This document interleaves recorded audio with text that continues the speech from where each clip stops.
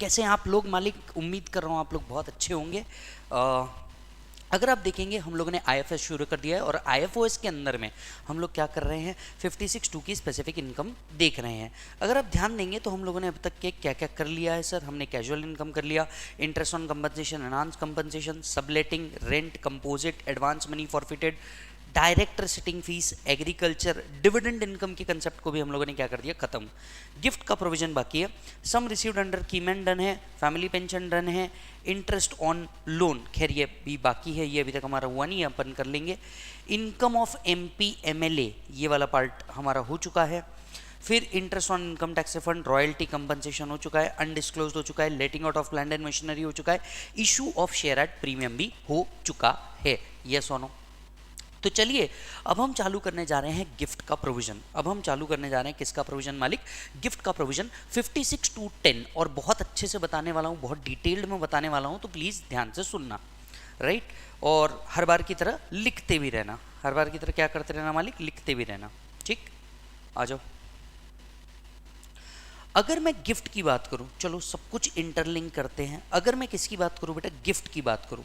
Gift का जो provision है 56(2)(10 के अंदर में कवर होता है। देखो जनरली ना मैं आपको कभी भी ये नहीं कहता कि आपको सेक्शन नंबर क्या करना है, रिवाइज करना है, पर ये वो सेक्शन है जिसको आपको कंपल्सरीली याद रखना है। ये वो सेक्शन है जिसको आपको कंपल्सरीली क्या करना है, याद रखना है। तो गिफ्ट का प्रोविजन को प्लीज अच्छे से रिमेंबर कीजिए। सबसे पहली बात, गिफ्ट से रिलेटेड 2 से 3 पॉइंट आपको याद रखने हैं। पॉइंट नंबर पहला, गिफ्ट जो है ये एप्लीकेबल है ऑल एसएससी को, तो this is applicable to all SSC, right. ये जो प्रोविजन हम लोग पढ़ने जा रहे हैं ये सभी एसएससी के ऊपर एज इट इज एप्लीकेबल है, मोटाटिस मोटेंडिस एप्लीकेबल है। दूसरी बात sir, right, gift is taxable only if the receipt is capital asset. मतलब कोई भी चीज को क्या करने के लिए, गिफ्ट में टैक्स करने के लिए जो एसेट मिल रहा है उसका कैपिटल एसेट होना बहुत जरूरी है। अगर जो एसेट मिल रहा है वो कैपिटल एसेट नहीं है तो सॉरी मेरे भाई, आप उसको गिफ्ट में टैक्स नहीं कर सकते। तो जो भी चीज आपको मिल रही है उसका कैपिटल एसेट होना बहुत जरूरी है। अगर आप उसको कैपिटल एसेट में क्लासीफाई नहीं कर सकते तो फिर आप उसको गिफ्ट में क्लासीफाई नहीं कर पाएंगे। इस पॉइंट को हमें याद रखना होगा। Are you getting the point? Yes, अच्छा जी सर। सो अगर हम देखें गिफ्ट के जो प्रोविजंस है, कौन किसको गिफ्ट करता है तो क्या टैक्सेबिलिटी आती है, ये चीज़ हम लोगों ने कैपिटल गेन में भी पढ़ी थी। यहाँ पे हम आकर के फिर रिवाइज कर रहे हैं। मान लीजिए ये है आपके विज्जू सर, ये है आपका विजय। विजय ने क्या कर दिया, कोई कैपिटल एसेट गिफ्ट कर दिया लेट से एक्स को, बराबर है। अब विजय के हाथ में टैक्सेबिलिटी क्या होगी, क्योंकि विजय भी तो अपना कैपिटल एसेट ट्रांसफर कर रहा है, तो विजय के हाथ में टैक्सेबिलिटी क्या होगी? विजय के हाथ में there will be no capital gain. और यही चीज हम पढ़ के आए थे सेक्शन 47 से, यही चीज हम पढ़ के आए थे सेक्शन 47 से कि विजय के हाथ में कोई कैपिटल गेन टैक्सेबिलिटी अराइज होने वाली नहीं है। यस और नो? अब आते हैं बात एक्स की करते हैं। एक्स के हाथ में क्या होगा? देखिए एक्स हो सकता है ये गिफ्ट टैक्सेबल भी हो जाए, हो सकता है ये गिफ्ट एग्जम्प्ट भी हो जाए। यहाँ पे 56(2)(10 के अंदर में एक लिस्ट दी हुई है कि भैया आपके कौन कौन से गिफ्ट टैक्सेबल नहीं है, बराबर है। अगर आप उस एग्जाम्शन लिस्ट के अंदर में नहीं आ रहे तो आपके सारे गिफ्ट टैक्सेबल हो जाएंगे। अगर आप उस एग्जाम्शन लिस्ट के अंदर में नहीं आ रहे तो आपके सारे गिफ्ट क्या हो जाएंगे मालिक? टैक्सेबल हो जाएंगे। तो यहाँ पे 2 सिचुएशन है एक्स के हाथ में। एक्स के हाथ में गिफ्ट टैक्सेबल हो भी सकता है, एक्स के हाथ में गिफ्ट टैक्सेबल नहीं भी हो सकता है। ऐसी 2 सिचुएशन आप सभी के सामने अवेलेबल है। Are you getting the point? अच्छा, अगर x के हाथ में गिफ्ट टैक्सेबल होता है मतलब उसको 56(2)(10 लगेगा, मतलब उसको 56(2)(10 लगेगा। और हो सकता है x के हाथ में क्या है, एग्जम्प्ट भी हो, तो फिर उसके हाथ में गिफ्ट नॉट टैक्सेबल, उसके हाथ में फिर गिफ्ट नॉट टैक्सेबल। और क्या आप जानते हैं फाइनेंस एक्ट 2023 से, फाइनेंस एक्ट 2023 से यहां अमेंडमेंट आया है। मतलब जो एग्जम्पशन की कैटेगरी है, राइट, उनके ऊपर क्या आया है, एक अमेंडमेंट आया है, वो हम लोग को देखना है, बराबर है। तो हम लोगों ने ये जो विजय वाला एस्पेक्ट है, विजय वाले एस्पेक्ट को हम लोग बहुत अच्छे से देख क्या आ गए कि कैपिटल गेन लगने वाला नहीं है। अब हम एक्स की कैटेगरी को देखने वाले हैं, क्या एक्स के केस में टैक्सेबिलिटी आती है या एक्स के केस में टैक्सेबिलिटी नहीं आती। बस अब हमको यही चीज क्या करनी है, चेक करनी है। सो आर यू रेडी मालिक? चलो अच्छा जी, अब मुझे बताइए कोई भी व्यक्ति किसी व्यक्ति को दे ही क्या सकता है? 3 चीजें, या तो कैश देगा, या तो इमूवेबल प्रॉपर्टी देगा, या तो मूवेबल प्रॉपर्टी देगा। यस और नो? राइट। यानी अगर मैं बात कर रहा हूं गिफ्ट की तो आपको 3 चीजें पॉसिबिलिटी में आती है, 1, 2 और 3, ऐसी 3 चीज़ें पॉसिबिलिटी में आती है। पहला पॉसिबिलिटी आता है सर मनी। पहला पॉसिबिलिटी क्या आता है? मनी। हो सकता है कोई व्यक्ति आपको क्या दे? मनी। अब जब मैं यहाँ पे मनी की बात कर रहा हूँ, I mean cash, I mean bank transfer और any other type of transfer, बराबर है? UPI, BHIM pay, etcetera, debit card, credit card, किसी भी तरीके से आपको क्या दिया? मनी दिया। अब 56(2) कहता है any gift from a person to another person और from person to a person. So अगर कोई भी व्यक्ति मनी दे रहा है फ्रॉम पर्सन और persons to a person, the whole of such amount exceed rupees 50,000 per annum, the whole of such sum is taxable. The whole of such sum is taxable. मतलब एक व्यक्ति ने दिया या अनेक व्यक्ति ने दिया, एक व्यक्ति ने दिया या अनेक व्यक्ति ने दिया, अगर साल भर में टोटल अमाउंट 50,000 रुपीज से ऊपर जा रही है, the whole of such sum is taxable. The whole of such sum is taxable. तो मान लीजिए विजय ने विनय को 60,000 रुपीज दिए। अब यहाँ पे एक ही व्यक्ति ने 50,000 से ऊपर दे दिया, अब यहाँ पे पूरा का पूरा 60,000 टैक्सेबल हो जाएगा। The whole of such sum will be taxable. क्या बोला बेटा मैंने? The whole of such sum will be taxable. Are you getting the point? Right, ये हुआ आपका पहला पॉइंट। अब आते हैं दूसरे पॉइंट के ऊपर। मान लीजिए विवेक और विजय ने दोनों ने मिला के 60,000 दिए, 30,000 दोनों ने मिला के 60,000 दिए, क्या अब भी टैक्सेबल होगा? The answer is yes. एक व्यक्ति से मिले या अनेक व्यक्ति से मिले, एक व्यक्ति से मिले या अनेक व्यक्ति से मिले, the whole of such sum is taxable. The whole of such sum is taxable. Yes और नो? आइए लिखिए।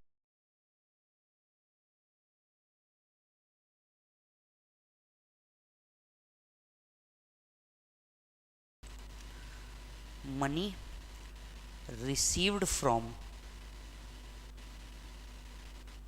person or persons in total exceeding rupees 50,000 per annum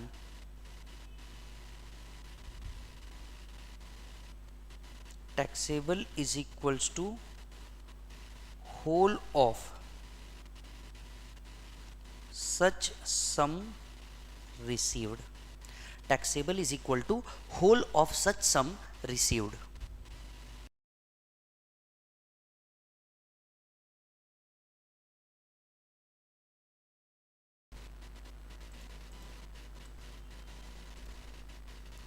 done है बेटा? तो आपको मालिक एक आदमी से मिले या अनेक आदमी से मिले, डजेंट मैटर। अगर आपको साल भर में 50,000 रुपीज से ऊपर मिल रहा है, the whole of such sum will be taxable. ये क्लियर है मालिक? चलो, दूसरी चीज आपको क्या मिल सकती है? Immovable property. इमूवेबल प्रॉपर्टी, या फिर तीसरी चीज मिल सकती है आपको मूवेबल प्रॉपर्टी।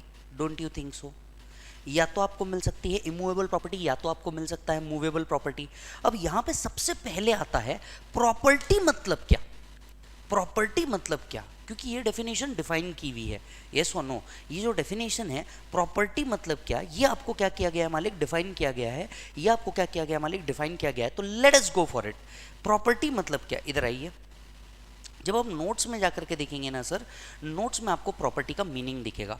नोट्स में आपको क्या दिखेगा? प्रॉपर्टी का मीनिंग दिखेगा। मैं बहुत क्लियर शब्दों में आप लोगों को बता दूं, if something which is received is covered within the definition of property, then and only then it will be taxable as gift, otherwise it will not be taxable as gift. So जो मिल रहा है अगर वो property की definition में लिखा हुआ है तो ही वो गिफ्ट बोल के टैक्सेबल होने वाला है, नहीं तो वो गिफ्ट बोल के टैक्सेबल होने वाला नहीं है मालिक। तो आओ कौन कौन सी चीजें? सबसे पहले याद रखने का बड़ा सिंपल तरीका बताऊं आपको, प्रॉपर्टी इज जड़ पास। ये जड़ पास वाला कंसेप्ट तो हम लोग कैपिटल एसेट में भी देख के आए हुए हैं। यहाँ पे प्रॉपर्टी का मतलब हो जाता है इज जड़ पास। सबसे पहले आता है आई, मतलब इमूवेबल प्रॉपर्टी। तो इमूवेबल प्रॉपर्टी एक व्यक्ति दूसरे व्यक्ति को गिफ्ट कर रहा है, ये गिफ्ट के डेफिनेशन में आएगा। दूसरा shares and securities, that is shares and securities, बराबर है। तीसरा जे jewellery and archaeological collection, drawing, painting, any work of art and sculptures. Drawing, painting, any work of art and sculptures. तो वही डेफिनेशन है जो हम लोगों ने कैपिटल एसेट में पढ़ी थी। What is property? Property is जड़ पास। आई मतलब इमूवेबल प्रॉपर्टी, एस मतलब शेयर्स, जे मतलब ज्वेलरी, ए मतलब आर्कियोलॉजिकल कलेक्शन, डी मतलब ड्राइंग, पी मतलब पेंटिंग, ए मतलब any work of art and S मतलब स्कल्पचर्स। याद आ रहा है आप सभी को? राइट यहां पे एक और चीज कंसिडर की हुई है VDA, that is virtual digital asset. आगे जाके हम लोग एक पूरा का पूरा चैप्टर पढ़ने वाले हैं वर्चुअल डिजिटल एसेट के ऊपर। तो वर्चुअल डिजिटल एसेट्स जो है ये भी क्या माने जाएंगे? आपके कैपिटल एसेट माने जाएंगे। वर्चुअल डिजिटल एसेट है ये भी आपके क्या माने जाएंगे? कैपिटल एसेट माने जाएंगे, और for the purpose of property definition in IFOS. तो अगर विजय ने किसी को उठा के बिटकॉइन दे दिए, विजय ने अगर किसी को उठा के बिटकॉइन गिफ्ट कर दिए, तो जो रिसीवर है उसके हाथ में क्या हो जाएगा? टैक्सेबिलिटी आ जाएगा, क्योंकि इसको क्या रखा गया है? प्रॉपर्टी की डेफिनेशन के अंदर में रखा गया है। यस और नो? तो अब आप क्या कर सकते हो आपको इतना कुछ नहीं लिखना, यहां प्रॉपर्टी की डेफिनेशन को एरो करके लिख दो रेफर नोट्स। यहां प्रॉपर्टी की डेफिनेशन को एरो करके क्या लिख दो? Refer notes. बराबर? अच्छा जी।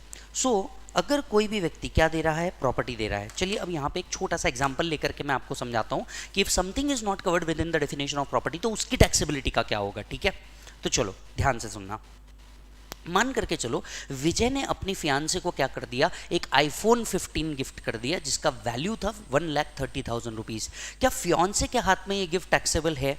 पहली बात, फियांसे रिलेटिव नहीं है, तो आप सोच समझ के बोलना, क्या फियांसे के हाथ में टैक्सेबल है? नाउ द पॉइंट इज, इसका वैल्यू क्या है? इस पर कोई लेन देन नहीं है। Is the phone covered within the definition of property? Come on, come again. Is the phone covered within the definition of property? The answer is no, and hence it is not taxable as gift. अब इसका value कुछ भी रहने दो, उससे कोई फर्क पड़ता नहीं। Are you getting the point? मान लो विजय ने फियांसे को क्या दे दिया? एक रेंज रोवर गिफ्ट कर दिया। विजय ने अपने फियांसे को क्या कर दिया? एक रेंज रोवर गिफ्ट कर दिया। क्या ये टैक्सेबल है? Again the answer is no. Sir क्यों टैक्सेबल नहीं है? भाई साहब, क्या car in the definition of property है? अगेन नो, खत्म काम, इट इज नॉट टैक्सेबल। पर यही विजय ने अपने फियांसी को बिटकॉइन गिफ्ट कर दिया, will that be taxable? Yes, because वो प्रॉपर्टी की डेफिनेशन में है। Are you getting the point? Right, okay.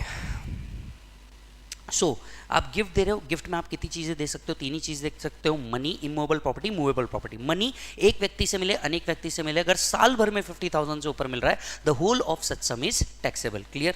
दूसरा, इमूवेबल प्रॉपर्टी और मूवेबल प्रॉपर्टी, ये भी क्लियर हो गया डेफिनेशन में। अब आते हैं immovable property. We all know immovable property का मतलब क्या होता है? लैंड, बिल्डिंग या बोथ। इमूवेबल प्रॉपर्टी का मतलब क्या होता है बेटा? लैंड, बिल्डिंग या बोथ। अब इमूवेबल प्रॉपर्टी के अंदर में कितने पार्ट रहेंगे? दो। इमूवेबल प्रॉपर्टी के अंदर में कितने पार्ट रहेंगे? दो। पहला, विदाउट कंसिडरेशन, पहला विदाउट कंसिडरेशन, दूसरा इनएडिक्वेट कंसिडरेशन। पहला विदाउट कंसिडरेशन, दूसरा इनएडिक्वेट कंसिडरेशन। पहला है बेटा विदाउट कंसिडरेशन, दूसरा है बेटा इनएडिक्वेट कंसिडरेशन। विदाउट कंसिडरेशन मतलब 1 रुपए भी चार्ज किए बगैर क्या कर लिया? प्रॉपर्टी ट्रांसफर कर दी, प्योर गिफ्ट। यस और नो? और दूसरा अगर आप देखोगे ना, इनएडिक्वेट ट्रांजैक्शन, ये एक्चुअली गिफ्ट नहीं है। ये एक्चुअली क्या नहीं है? गिफ्ट नहीं है, ये एक परचेज ट्रांजैक्शन है। ये क्या है बेटा? एक परचेज ट्रांजैक्शन है, ये गिफ्ट नहीं होता। पर इसे क्या माना गया है? गिफ्ट माना गया है। इसे क्या माना गया है? गिफ्ट माना गया है। ये कोई गिफ्ट नहीं है, ये परचेज ट्रांजैक्शन है, पर लॉ इसे क्या कर रहा है? गिफ्ट अज्यूम कर रहा है। क्यों, कैसे, क्या, सब कुछ डिफाइन करूंगा, पहले इस पे आइए।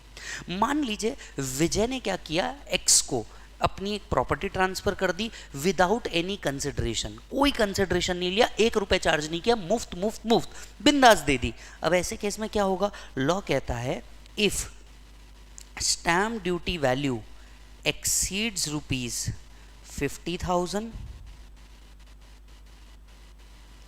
whole stamp duty value is taxable. Whole stamp duty value is taxable. तो अगर मान लीजिए विजय ने एक्स को क्या कर दिया? एक प्रॉपर्टी उठा करके दे दिया जिसका स्टैम्प ड्यूटी वैल्यू 50,000 से ऊपर है, तो पूरा स्टैम्प ड्यूटी वैल्यू ही रिसीवर के हाथ में टैक्सेबल हो जाएगा। The whole stamp duty value will be taxable in the hands of receiver. Yes,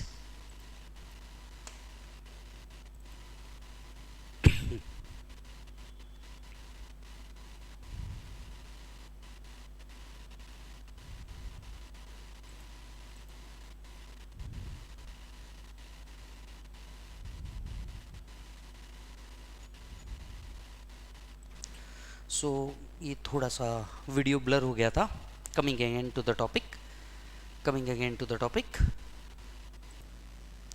yes sir, coming again to the topic.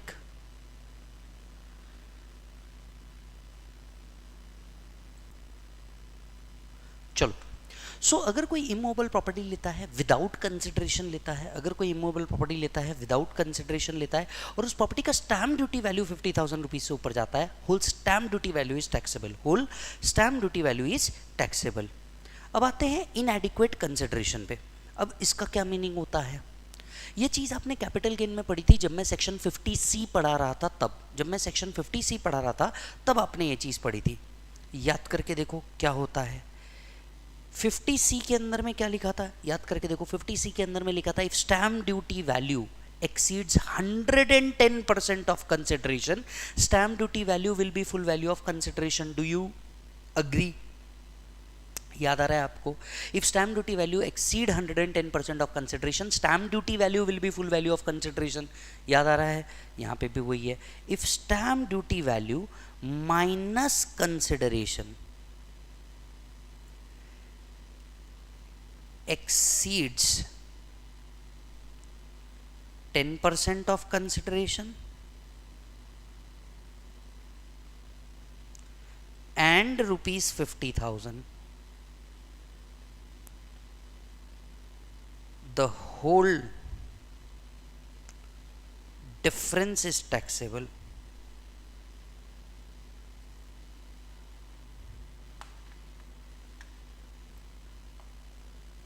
If stamp duty value minus consideration exceed 10% of consideration and 50,000, whole difference is taxable. Now understand. बराबर है? विजय ने क्या किया? X को consideration था late से 50 lakh, stamp duty value था late से 60 लाख रुपीस. बराबर है?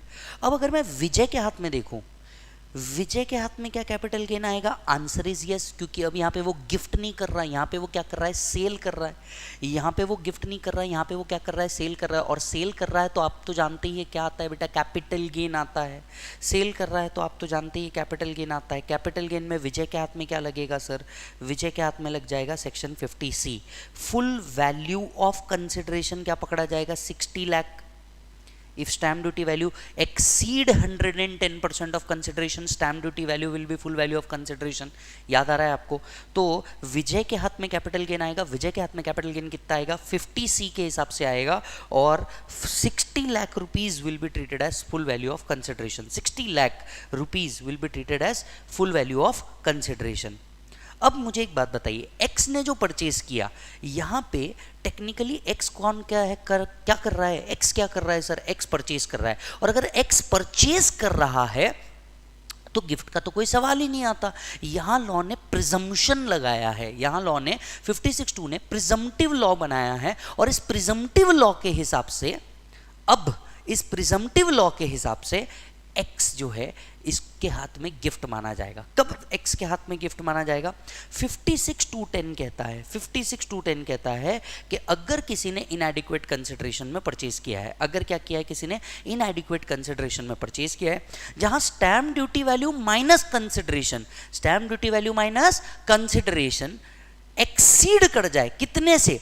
10% ऑफ कंसिडरेशन से. तो 10% से तो ऊपर ही है, कंसिडरेशन प्लस 10% के ऊपर है स्टैम्प ड्यूटी वैल्यू, एंड 50,000, क्या जो डिफरेंस है वो भी 50,000 से ऊपर है. यस. तो एक्स के हाथ में यहां पे आ जाएगा 56(2)(10). यहां उनके हाथ में डीम्ड गिफ्ट माना जाएगा. कितना गिफ्ट माना जाएगा sir? Stamp duty value minus consideration, अगर ये दोनों कंडीशन को सेटिस्फाई कर रहा है, होल डिफरेंस टैक्सेबल हो जाएगा. इनके हाथ में 10 लाख रुपीस क्या माने जाएंगे? IFOS माने जाएंगे. तो एक्स के हाथ में IFOS आ जाएगा कितना बेटा? 10 लाख रुपीस. दोनों का इंटरलिंकिंग समझ में आया? यहाँ कैपिटल गेन IFOS दोनों को मैंने मिक्स कर दिया. सो ऑल May 24 नवंबर 24 वालों रुके क्यों? दनादन लाइक करो. तुम्हारे लाइक की वजह से मैं नेक्स्ट वीडियो नहीं डाल पाता हूँ. सो भाई साहब ये समझ में आया, इंटरलिंकिंग समझ में आया, interlinking of capital gain plus IFOS. तो जो दे रहा है उसके हाथ में कैपिटल गेन आएगा। सी, अब यहां पे अगर क्या होता, विदाउट कंसिडरेशन दे दिया होता, विजय के हाथ में कोई टैक्सेबिलिटी नहीं आती, जो टैक्सेबिलिटी आती सिर्फ एक्स के हाथ में आती। अब यहां पे इनएडिक्वेट कंसिडरेशन, ये कोई गिफ्ट नहीं है, ये एक्चुअली परचेज ट्रांजैक्शन है, पर लॉ अज्यूम करता है कि ये क्या है, गिफ्ट है। लॉ अज्यूम करता है कि ये क्या है मालिक, गिफ्ट है। विजय के हाथ में 50C लगाएगा, विजय पे 60 लाख पे टैक्स लेगा। एक्स के हाथ में भी टैक्सेबिलिटी लाएगा और एक्स पे कितने पे टैक्स लेगा, 10 लाख रुपीज से टैक्सेबिलिटी लेगा। अब आपके मन में एक बहुत इंपॉर्टेंट सवाल उठ रहा होगा, वो सवाल मैं आपको बताता हूं। सर ये जो 10 लाख रुपीज है ये तो दोनों के हाथ में टैक्सेबल हो रहा है, ये तो डबल टैक्सेशन हो गया। ये 10 लाख रुपीज विजय के हाथ में भी टैक्स कर रहे हो, कंसिडरेशन तो 50 लाख था, आप ये 10 लाख रुपीज विजय के हाथ में भी टैक्स कर रहे हो और यही 10 लाख रुपीज आप एक्स के हाथ में भी टैक्स कर रहे हो, ये तो सर डबल टैक्सेशन हो गया। नहीं सर, ये डबल टैक्सेशन नहीं हुआ। इनकम टैक्स में जब आप आगे जाएंगे DTAA पढ़ेंगे मेरे साथ, सर डबल टैक्सेशन तब होता है जब एक ही पर्सन 2 बार टैक्स भरे सेम इनकम पे। यहां तो पर्सन ही अलग अलग है, बात समझना। इनकम टैक्स में डबल टैक्सेशन तब होता है जब एक ही पर्सन 2 बार टैक्स भरे, यहां तो पर्सन ही अलग अलग है सर, तो ये डबल टैक्सेशन नहीं हो सकता। Are you getting the point? ये डबल टैक्सेशन नहीं हो सकता, तो इसे डबल टैक्सेशन की लिस्ट से भी बाहर रखा गया है। सो टेक्निकली एक्स परचेज ही कर रहा है, पर इस कंसेप्ट को वो डीम्ड एज गिफ्ट मान रहे हैं। इस कंसेप्ट को वो क्या कर रहे हैं, डीम्ड एज गिफ्ट मान रहे हैं। यस और नो? चलो बेटा बढ़ते हैं आगे। तो होल डिफरेंस टैक्सेबल हो जाएगा किसके हाथ में बेटा, एक्स के हाथ में। चलिए गिफ्ट का प्रोविजन 56:10 के हिसाब से वापस पढ़ते हैं। अगर व्यक्ति को क्या मिला बेटा, इनकम मिली, मनी मिला फ्रॉम पर्सन और पर्सन्स, एक व्यक्ति से मिले, अनेक व्यक्ति से मिले, अगर होल अमाउंट पे 50,000 से ऊपर जा रही है, whole amount is taxable. Gift मिला, गिफ्ट के अंदर में 2 part, immovable property, movable property. Immovable property के अंदर में 2 पार्ट, पहला विदाउट कंसिडरेशन, दूसरा इनएडिक्वेट कंसिडरेशन। पहला विदाउट कंसिडरेशन, अगर स्टैम्प ड्यूटी वैल्यू 50,000 से ऊपर जाता है, whole stamp duty value is taxable. Inadequate consideration है अगर difference stamp duty value minus consideration का 50,000 से ऊपर है एंड 10% ऑफ कंसिडरेशन से ऊपर है, तो यस यहां पे इनके हाथ में गिफ्ट की टैक्सेबिलिटी आ जाएगी। क्लियर है मालिक? चलो बहुत बढ़िया। अब आते हैं मूवेबल प्रॉपर्टी पे। अब आते हैं मूवेबल प्रॉपर्टी। मूवेबल प्रॉपर्टी में भी कितने पार्ट है, यहाँ पे 2 पार्ट है। पहला विदाउट कंसिडरेशन, विदाउट कंसिडरेशन, दूसरा इनएडिक्वेट कंसिडरेशन। पहला है विदाउट कंसिडरेशन, दूसरा है इनएडिक्वेट कंसिडरेशन। मूवेबल प्रॉपर्टी में भी कितने पार्ट है, 2, without consideration, इनएडिक्वेट consideration. If without consideration fair market value exceeds rupees 50,000, whole fair market value is taxable. Whole fair market value is taxable. तो मान लीजिए अगर कोई immovable property the, let's say shares, अगर कोई शेयर्स दिया और विदाउट कंसिडरेशन दिया, मतलब मैंने किसी को शेयर गिफ्ट कर दिए, इसके बदले में मैंने 1 रुपए भी नहीं लिया, the whole fair market value of such share अगर 50,000 से ऊपर है, होल फेयर मार्केट वैल्यू ही क्या हो जाएगा, टैक्सेबल हो जाएगा। किसके हाथ में, रिसिपिएंट के हाथ में। यहाँ वापस इनएडिक्वेट कंसिडरेशन का जो ट्रांजैक्शन है, ये कौन सा ट्रांजैक्शन है बोलो, परचेज ट्रांजैक्शन है। ये एक्चुअली कोई गिफ्ट नहीं है, ये परचेज ट्रांजैक्शन ही है, जिसे डीम्ड गिफ्ट माना गया है। जिसे क्या माना गया है मालिक, डीम्ड गिफ्ट माना गया है।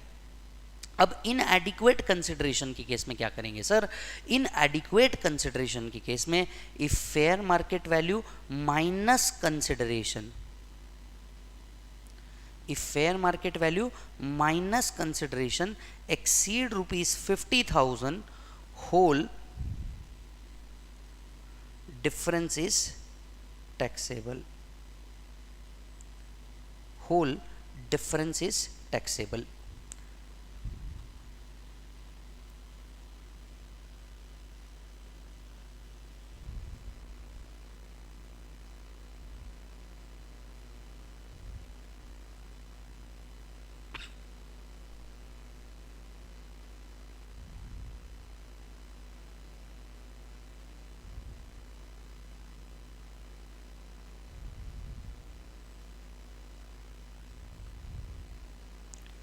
Is that done?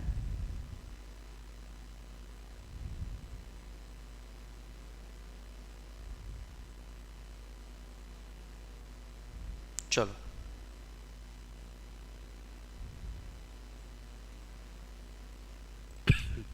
Is that done? Same type का जो एग्जाम्पल है वो यहाँ पे भी एप्लीकेबल होगा, सेम टाइप का जो एग्जाम्पल है वो यहाँ पे भी एप्लीकेबल होगा। अब ध्यान से सुनना, ये है आपका पूरा chart, same cut copy paste chart यहाँ पे भी आपको बना के दिया है टैक्सेशन ऑफ गिफ्ट में। अब यहाँ पे फेयर मार्केट वैल्यू कैसे निकाला जाता है? रूल 11 UA के हिसाब से निकाला जाता है। अब अगर आप अपना मॉड्यूल उठा करके देखेंगे, यस आपको रूल 11 UA बताया हुआ है। अगर आप अपना मॉड्यूल उठा के देखेंगे, यस आपको रूल 11 UA बताया हुआ है, बट हम वो यहाँ पे कंसिडर नहीं करेंगे, क्यों? क्योंकि क्या होता है बॉस, रूल 11 UA के अंदर में बहुत सिंपल सी बात लिखी है। क्या लिखी है मैं ये आपको बता देता हूँ। Point number 1, fair market value determine कैसे किया जाएगा। यस, फेयर मार्केट वैल्यू जो है ये डिटरमाइन कैसे किया जाएगा। अब दो बातें हो सकती है, एक आपने रजिस्टर्ड व्यक्ति से परचेज किया, दूसरा आपने अनरजिस्टर्ड व्यक्ति से परचेज किया। अगर आपने रजिस्टर्ड व्यक्ति से परचेज किया है तो जो भी व्यक्ति का इनवॉइस वैल्यू है यही आपका फेयर मार्केट वैल्यू मान लिया जाएगा, क्योंकि उतने पे ही आपने लिया होगा, ये अज्यूम किया जाएगा। यस, अगर आप यही अनरजिस्टर्ड व्यक्ति से परचेज करते हैं, ये अगेन थोड़ा सा ब्लर हो रहा है, okay. So guys I don't know what is happening, but I guess आज के वीडियो के अंदर में ना शायद बीच बीच में ये जो कैमरा है वो थोड़ा सा फेड हो जा रहा है। I need to check it out, ये क्यों हो रहा है, बट ये हो जा रहा है। चलो, इससे अपना कंटेंट कहीं रुकना नहीं चाहिए। सो फेयर मार्केट वैल्यू क्या होगा? अगर आपने रजिस्टर्ड वैल्यूअर से परचेज किया है तो परचेज वैल्यू ही आपका क्या होना चाहिए? फेयर मार्केट वैल्यू होना चाहिए। अग्रीड और नॉट, राइट? अगर आपने उसको परचेज अनरजिस्टर्ड व्यक्ति से किया है, अगर आपने उसको परचेज किससे किया है? अनरजिस्टर्ड व्यक्ति से परचेज किया है, तो जो रजिस्टर्ड वैल्यूअर है इसका सर्टिफिकेट आप लेकर के आ जाइए। रजिस्टर्ड वैल्यूअर का सर्टिफिकेट आप क्या कर लीजिए, लेके आ जाइए। या price that would fetch in the market, अगर आप एओ के सामने प्रूव कर देते हैं that yes this is the price that would be fetch in the market, तो आप उसको फेयर मार्केट वैल्यू कंसिडर कर सकते हैं। बट टू बी ऑनेस्ट, आपको रूल 11 UA क्या किया गया है, दिया गया है, लेकिन एग्जाम में इसको आज तक के नहीं पूछा गया, किसी भी तरीके से नहीं पूछा गया है। फेयर मार्केट वैल्यू डायरेक्टली आपको प्रॉब्लम में दिया होता है, तो वो जो आपको टेस्ट करते हैं वो आपको कंसेप्ट के बेसिस पे टेस्ट करते हैं। फेयर मार्केट वैल्यू निकालना ये आपके स्कोप में भी नहीं आता, तो वो आपको जबरदस्ती पूछते भी नहीं। यस, तो ये एक वो पार्ट है जो आपके मॉड्यूल में होगा, मेरे रेगुलर लेक्चर के अंदर में भी होगा, लेकिन फास्ट ट्रैक में हमें पढ़ने की जरूरत नहीं है। हम सीधा रूल 11 UA के हिसाब से इसको दो ही पार्ट में डिवाइड कर सकते, एक जो इसका इनवॉइस वैल्यू होगा वो, या वैल्यू एज पर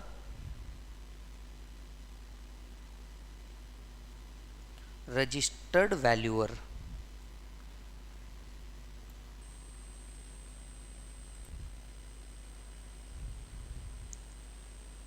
डन है? तो चलिए अब हम आते हैं कुछ इंपॉर्टेंट पॉइंट के ऊपर, राइट? स्टैम्प ड्यूटी वैल्यू जो है ये कौन से दिन की पकड़ना, क्योंकि देखो पूरा गेम स्टैम्प ड्यूटी वैल्यू का है। याद है 50C में हम लोगों ने यहाँ पे भी एक पॉइंट पढ़ा था, कौन सा पॉइंट पढ़ा था मालिक, याद करके देखो। स्टैम्प ड्यूटी वैल्यू आप जनरली कब की लेंगे? As on the date of registration, लेकिन stamp duty value as on the date of agreement भी हो सकती है क्या? यस, हो सकती है। कितनी कंडीशन सेटिस्फाई करनी पड़ेगी? 2। वही 50C वाली 2 कंडीशन याद करके देखो। पहली कंडीशन क्या थी मालिक? पहली कंडीशन थी कंसिडरेशन और part thereof. Consideration or part thereof must be paid by account, pay check, draft, ECS और other electronic mode and it must be paid as on the date of agreement. Yes, तो आपका consideration या part of the consideration agreement के date पे होना चाहिए, and ये fully क्या होना चाहिए? white में होना चाहिए। वही बात वापस लिखी है, देख लीजिए। Where the date of agreement and date of registration are not same, stamp duty value as on the date of agreement may be taken if following condition are satisfied. Consideration और part thereof is paid as on the date of agreement and such consideration is paid by account, payee cheque, draft, ECS or other electronic mode. बराबर है? तो generally date of registration का लेना, हालांकि date of agreement का भी आप क्या कर सकते हो, ले सकते हो। तो ये पॉइंट तो क्या है सर? सेम है, same as 50C। Done. Next point पे आते हैं, where stamp duty value dispute. अगर स्टैम्प ड्यूटी वैल्यू डिस्प्यूट में है, याद है हम लोग वैल्यूएशन ऑफिसर लेके आते, वही वाला point, right? If stamp duty value is in dispute, then provision of section 50C is applicable with respect to full value of consideration. तो वो जो वैल्यूएशन ऑफिसर आता है, वैल्यूएशन ऑफिसर ने जो वैल्यू निकाली, राइट, याद करके देखो, वैल्यूएशन ऑफिसर ने जो वैल्यू निकाली, अगर ये स्टैम्प ड्यूटी वैल्यू के ऊपर है तो स्टैम्प ड्यूटी वैल्यू लेना, वैल्यूएशन ऑफिसर की वैल्यू स्टैम्प ड्यूटी से नीचे पर कंसिडरेशन से ऊपर है तो क्या लेना, बोलो, actual value adopted by valuation officer. और अगर स्टैम्प ड्यूटी वैल्यू अथॉरिटी की जो वैल्यू है वो कंसिडरेशन से भी नीचे है तो आप क्या लोगे, कंसिडरेशन। याद आ रहा है मालिक आपको? बस वही वाला पार्ट वापस रिपीटेड है। यानी 56 to 10 का अगर हम देखा जाए तो लगभग सारे पॉइंट उठा करके 50C वाले ही आ जाते हैं यहाँ पे, लगभग सारे पॉइंट 50C वाले ही यहाँ पे क्या कर लेते हैं, वापस आ जाते हैं। क्लियर है? अच्छा जी सर, अब सवाल उठता है क्या सारे गिफ्ट जो मिले ये टैक्सेबल हैं? अब सवाल उठता है जो सारे गिफ्ट मिले क्या ये टैक्सेबल है? कुछ बच्चों को मैंने देखा वो पूरा वीडियो देखते ही नहीं है, पूरा वीडियो देखने से पहले ही बोलते हैं कि सर आप प्रोविजन पढ़ा रहे हो तो क्वेश्चन भी लो। भैया मैंने आपसे वादा किया है कि क्वेश्चन भी साथ साथ में कराऊंगा, पर एक बार पहले पूरा कंटेंट कंप्लीट होने दो मालिक, क्योंकि मेरे क्लास के अंदर में सब कुछ क्या है, इंटरलिंकिंग पे है। आप पूरा इंटरलिंकिंग एक साथ पढ़ो और उसके बाद ऐसा कोई क्वेश्चन नहीं हो सकता, क्योंकि डोंट एक्सपेक्ट, आप अभी बच्चे नहीं हो जो आपको क्वेश्चन आएगा कि भैया सिर्फ एक एस्पेक्ट के ऊपर क्वेश्चन आ जाएगा।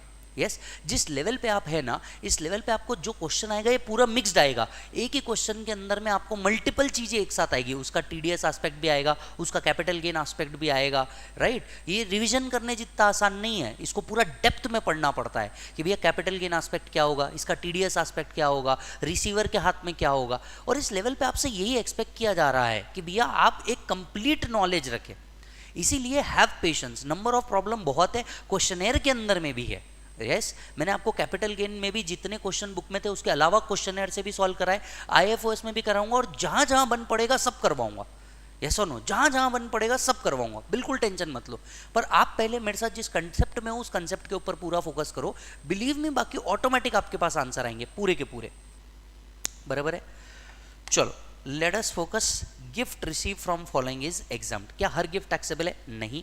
कुछ गिफ्ट जो है ये क्या है सर, एग्जाम्ड है। कुछ गिफ्ट जो है ये क्या है सर, एग्जाम्ड है।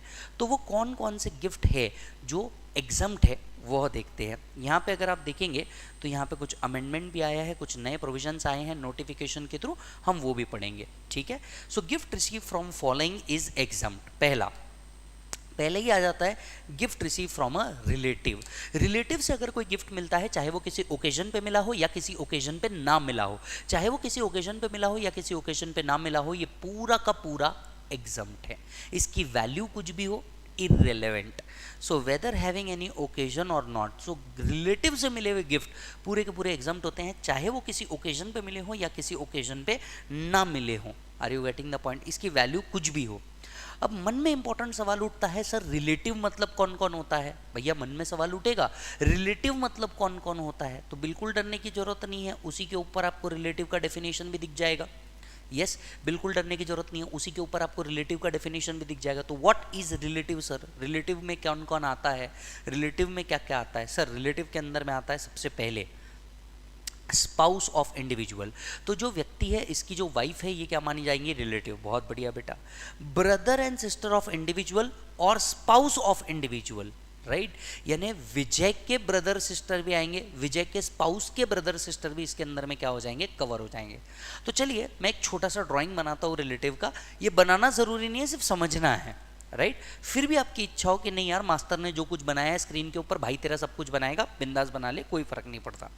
तो सपोज करके चलते हैं, ये है विजय, बराबर है, और ये है पल्लवी, विजय की wife, right. Vijay is also a chartered accountant, Pallavi is also a chartered accountant. ठीक है, तो विजय और पल्लवी इनको सबसे पहले क्या माना गया है? रिलेटिव माना गया है। ठीक है, ब्रदर एंड सिस्टर ऑफ विजय, तो विजय के ब्रो कवर है, विजय के क्या कवर है? सिस कवर है, बराबर है। साथ साथ में मेरा साला मतलब पल्लवी के ब्रो, मेरी साली मतलब पल्लवी की सिस्टर भी मेरी कौन मानी जाएगी? रिलेटिव मानी जाएगी। खैर इनकम टैक्स खुद ही बोलता है, आदि घरवाली मतलब वो रिलेटिव तो है ही। सो विजय एंड पल्लवी इज रिलेटिव। विजय का ब्रदर विजय का रिलेटिव माना जाएगा, विजय की सिस्टर विजय के रिलेटिव माने जाएंगे, पल्लवी का ब्रदर विजय के रिलेटिव माने जाएंगे, पल्लवी की सिस्टर भी विजय के क्या माने जाएंगे? रिलेटिव माने जाएंगे। Okay sir. Brother and sister of either of the parents of individual. अच्छा जी sir, either of the parents भी कवर करेंगे और उनके भी ब्रदर सिस्टर कवर करेंगे। यानी विजय के पा कवर है, विजय की माँ कवर है, पल्लवी के पा कवर है, पल्लवी के माँ कवर है, ठीक है, ये तो कवर है ही। इनके ब्रदर सिस्टर को भी कवर किया गया है, brother and sister of either of the parents of individual, बराबर है, either of the parents of individual. अब पप्पा के ब्रो, पप्पा की सिस, मतलब मेरे ताऊ, चाचा, मेरी बुआ, सब कवर हो गए इसमें। इसमें मम्मी के ब्रो, मम्मी की सिस भी कवर हो गई, मतलब मामा, मासी, ये भी क्या हो गए मालिक, कवर हो गए। यहां ध्यान देने लायक बात यह है, इंडिविजुअल के आइदर ऑफ द पेरेंट्स के ब्रदर सिस्टर बोले। पल्लवी के मामा से मेरे को कोई गिफ्ट मिल रहा है, ये टैक्सेबल नहीं, ये एग्जम्प्ट नहीं है, ये टैक्सेबल हो जाएगा। ध्यान से सुनिएगा, इंडिविजुअल के पेरेंट्स के ब्रदर सिस्टर कवर किए गए हैं, बराबर है। मतलब अगर मेरी बुआ पल्लवी को गिफ्ट करती है, ये टैक्सेबिलिटी में आएगा पल्लवी के हाथ में, क्योंकि पल्लवी की इमीडिएट जो बुआ है, सगी बुआ है, वो उसके लिए रिलेटिव में है। अब वैसे देखा जाए तो सिर्फ एक अकाउंटिंग एंट्री का ही डिफरेंस है। मान लीजिए पल्लवी की बुआ ने मेरे को कोई गिफ्ट दिया, ये गिफ्ट पूरा एग्जम्प्ट हो जाता है। पूछो कैसे, भले ही वो रिलेटिव नहीं है पर फिर भी एग्जम्प्ट हो जाता है। पूछो कैसे, अरे पूछो कैसे सर, बहुत सिंपल सा गेम है। हम सिर्फ अकाउंटिंग एंट्री घुमाएंगे, पल्लवी की बुआ को अकाउंटिंग एंट्री दिखाएंगे किसको, पल्लवी को, और पल्लवी से अकाउंटिंग एंट्री किसको दिखाएंगे, विजय को, विषय खत्म। क्योंकि पल्लवी की बुआ पल्लवी की रिलेटिव है, वो गिफ्ट एग्जम्प्ट हो गया। पल्लवी एंड विजय रिलेटिव है, वो गिफ्ट एग्जम्प्ट हो गया। यहां अगर हम डायरेक्ट पल्लवी की बुआ के से विजय को मिल रहा है ये बताएंगे तो ये टैक्सेबल हो जाएगा, और यही पल्लवी की बुआ से विजय को मिल रहा है ये गिफ्ट टैक्सेबल हो जाएगा, और पल्लवी को रिसीव हो रहा है और पल्लवी देन विजय को दे रही है, तो ये पूरा ट्रांजैक्शन टैक्स फ्री हो रहा है। तो what is the better opinion, better opinion is कि आप इस तरह से क्या करें, अकाउंटिंग वाइज घुमाते जाएं। आप क्या करें, इस तरह से अकाउंटिंग वाइज क्या करते जाएं सर, घुमाते जाएं। क्लियर है मालिक? अच्छा जी सर, नेक्स्ट पॉइंट पे आते हैं। और कौन रिलेटिव माना जाता है, lineal ascendant descendant of individual, lineal ascendant descendant of spouse of individual. तो भैया lineal ascendant descendant, lineal ascendant descendant जो है फैमिली के, ये भी कौन माने जाएंगे, रिलेटिव माने जाएंगे। यस, ये भी कौन माने जाएंगे, रिलेटिव माने जाएंगे। Spouse of the person referred to above from 2 to 6, भैया इनके जो स्पाउस है ये भी रिलेटिव माने जाएंगे। यानी आपकी भाभी रिलेटिव हो गई, आपके जीजू रिलेटिव हो गए, इसकी स्पाउस रिलेटिव हो गई, इसके स्पाउस रिलेटिव हो गए, आपके सन के वाइफ रिलेटिव हो गए। Are you getting the point? दादा दादी ये आपके रिलेटिव हो गए। तो इनके स्पाउस भी कौन हो गए, रिलेटिव के डेफिनेशन में आ गए। आपको बेस्ट पार्ट पता है, बच्चा यहाँ पे गलती क्या करता है पढ़ते वक्त, रिलेटिव की डेफिनेशन पढ़ते वक्त वो क्या करता है, रिलेटिव की डेफिनेशन को याद रखता है। ब्रो, आपको रिलेटिव की डेफिनेशन को याद ही नहीं रखना है, आपको थोड़ा सा स्मार्ट एक्ट करना सिखाऊं। जनरली जो हमारे इमीडिएट रिलेटिव है हमारे फैमिली ट्री के अंदर में वही कवर होते हैं, नहीं तो अकाउंटिंग एंट्री घूम जाती बात करवाए। आप क्या करो, पिछले 4-5 साल में इंस्टीट्यूट ने क्या पूछा है, कौन रिलेटिव नहीं है ये पूछा है। They have never asked the question on who is relative, they have always asked the question of who is not a relative. अब नॉट रिलेटिव में कौन हो गए, mummy's cousin, papa's cousin, yes इस तरह के वो वर्ड देंगे, mummy's cousin, papa's cousin, they are not relative. What about friend, भाई है मेरा भाई, not a relative. So friend से गिफ्ट मिला ये टैक्सेबल हो जाएगा, मदर्स कजिन से मिला वो टैक्सेबल हो जाएगा, ग्रैंडफादर्स कजिन से मिला ये क्या हो जाएगा, टैक्सेबल हो जाएगा। तो इस तरीके के क्वेश्चन आपको क्या किए जाते हैं, पूछे जाते हैं, इस तरीके के क्वेश्चन आपको पूछे जाते हैं।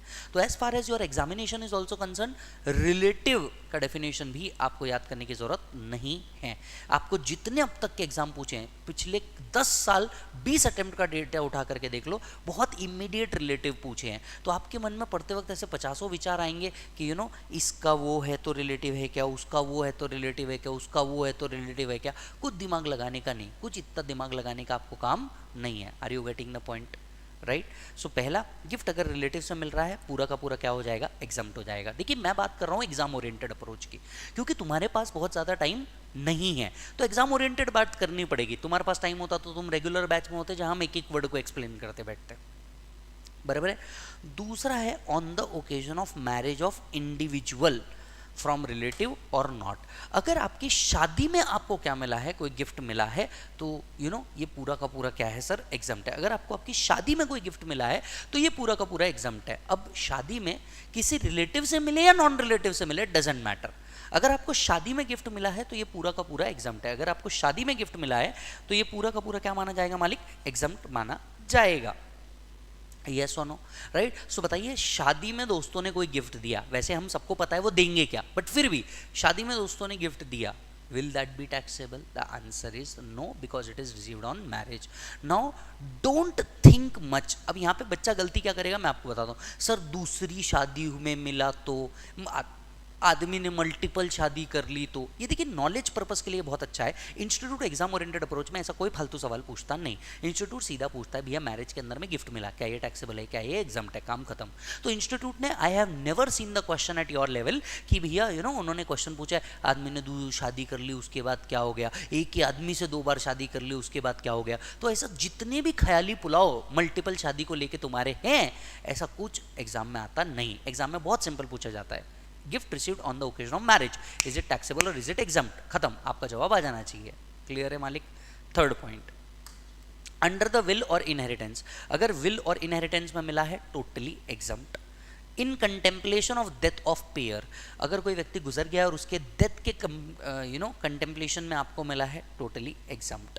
लोकल अथॉरिटी से कोई गिफ्ट मिला है, ये आपको पूछा जाता है, आपके लेवल पे ये चीज़ पूछी जाती है कि लोकल अथॉरिटी ने कोई गिफ्ट दिया, क्या ये टैक्सेबल है, क्या ये टैक्सेबल नहीं है। अब एक सवाल आपके मन में उठेगा, भैया लोकल अथॉरिटी मेरे को क्यों गिफ्ट देने लगी, मन में सवाल उठना चाहिए, भैया लोकल अथॉरिटी मेरे को क्यों गिफ्ट देने लगी। तो उसके पीछे का बहुत सिंपल रीज़न बताता हूँ सर, उसके पीछे का बहुत सिंपल रीज़न बताता हूँ। देखिए क्या होता है, कई बार फ्लड, टाइफून, अर्थक्वेक जैसा कुछ सिचुएशन आता है और व्यक्तियों का घर तबाह हो जाता है। तो ऐसे केस में क्या करती है लोकल अथॉरिटी, उनको कहीं रीलोकेट करके घर प्रोवाइड कर देती है, ज़मीन दे देती है। तो ये आपको विदाउट कंसिडरेशन मिलता है। दूसरी बात, मान लीजिए आपने कहीं पे झोपड़पट्टी सेटअप कर ली थी, लोकल अथॉरिटी क्या करती है, रोड बनाना है या वो लैंड को बेचना है, तो वहाँ से आपको क्या करती है, शिफ्ट करती है दूसरी जगह पे। तो वहाँ से आपको शिफ्ट करके दूसरी जगह पे आपको क्या दे देती है, ज़मीन दे देती है कि भैया आप अपनी कॉलोनी या झोपड़पट्टी जो भी बनाना है वो आप इधर बना सकते हो। नाउ अंडरस्टैंड, आपको तो इमूवेबल प्रॉपर्टी मिल गई, दैट टू विदाउट कंसिडरेशन।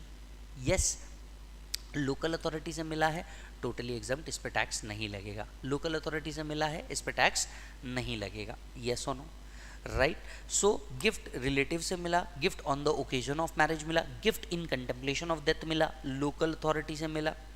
कोई फंड, इंस्टीट्यूशन, यूनिवर्सिटी, कॉलेज जो 1023C में रजिस्टर्ड है, मान लीजिए कोई फंड, इंस्टीट्यूशन, कॉलेज जो किसके अंदर में कवर्ड है, 1023C के अंदर में कवर्ड है, इनसे भी मिला गया गिफ्ट टैक्सेबल नहीं है। कोई ऐसे ट्रस्ट से मिला, कोई ऐसे ट्रस्ट से मिला जो 12A 12AB के अंदर में रजिस्टर्ड है, कोई ऐसे ट्रस्ट से मिला जो 12A 12AB के अंदर में रजिस्टर्ड है, ये भी आपको टैक्सेबल नहीं है। इसको भी स्टार मार्क करके रखो, ये आपको पूछा जाता है, राइट। ये शादी वाला पार्ट आपको पूछा जाता है, लोकल अथॉरिटी वाला पार्ट पूछा जाता है, ट्रस्ट वाला पार्ट आपको क्या किया जाता है, पूछा जाता है। वापस से वही पॉइंट आ गया यहाँ पे, कोई ऐसा फंड है जो 1023 में या 12AA दोनों में रजिस्टर्ड है, तो भी इससे आपको जो प्रॉपर्टी मिल रही है या सम मिल रहा है, ये टोटली क्या है, एग्जम्प्ट है, राइट। अच्छा जी,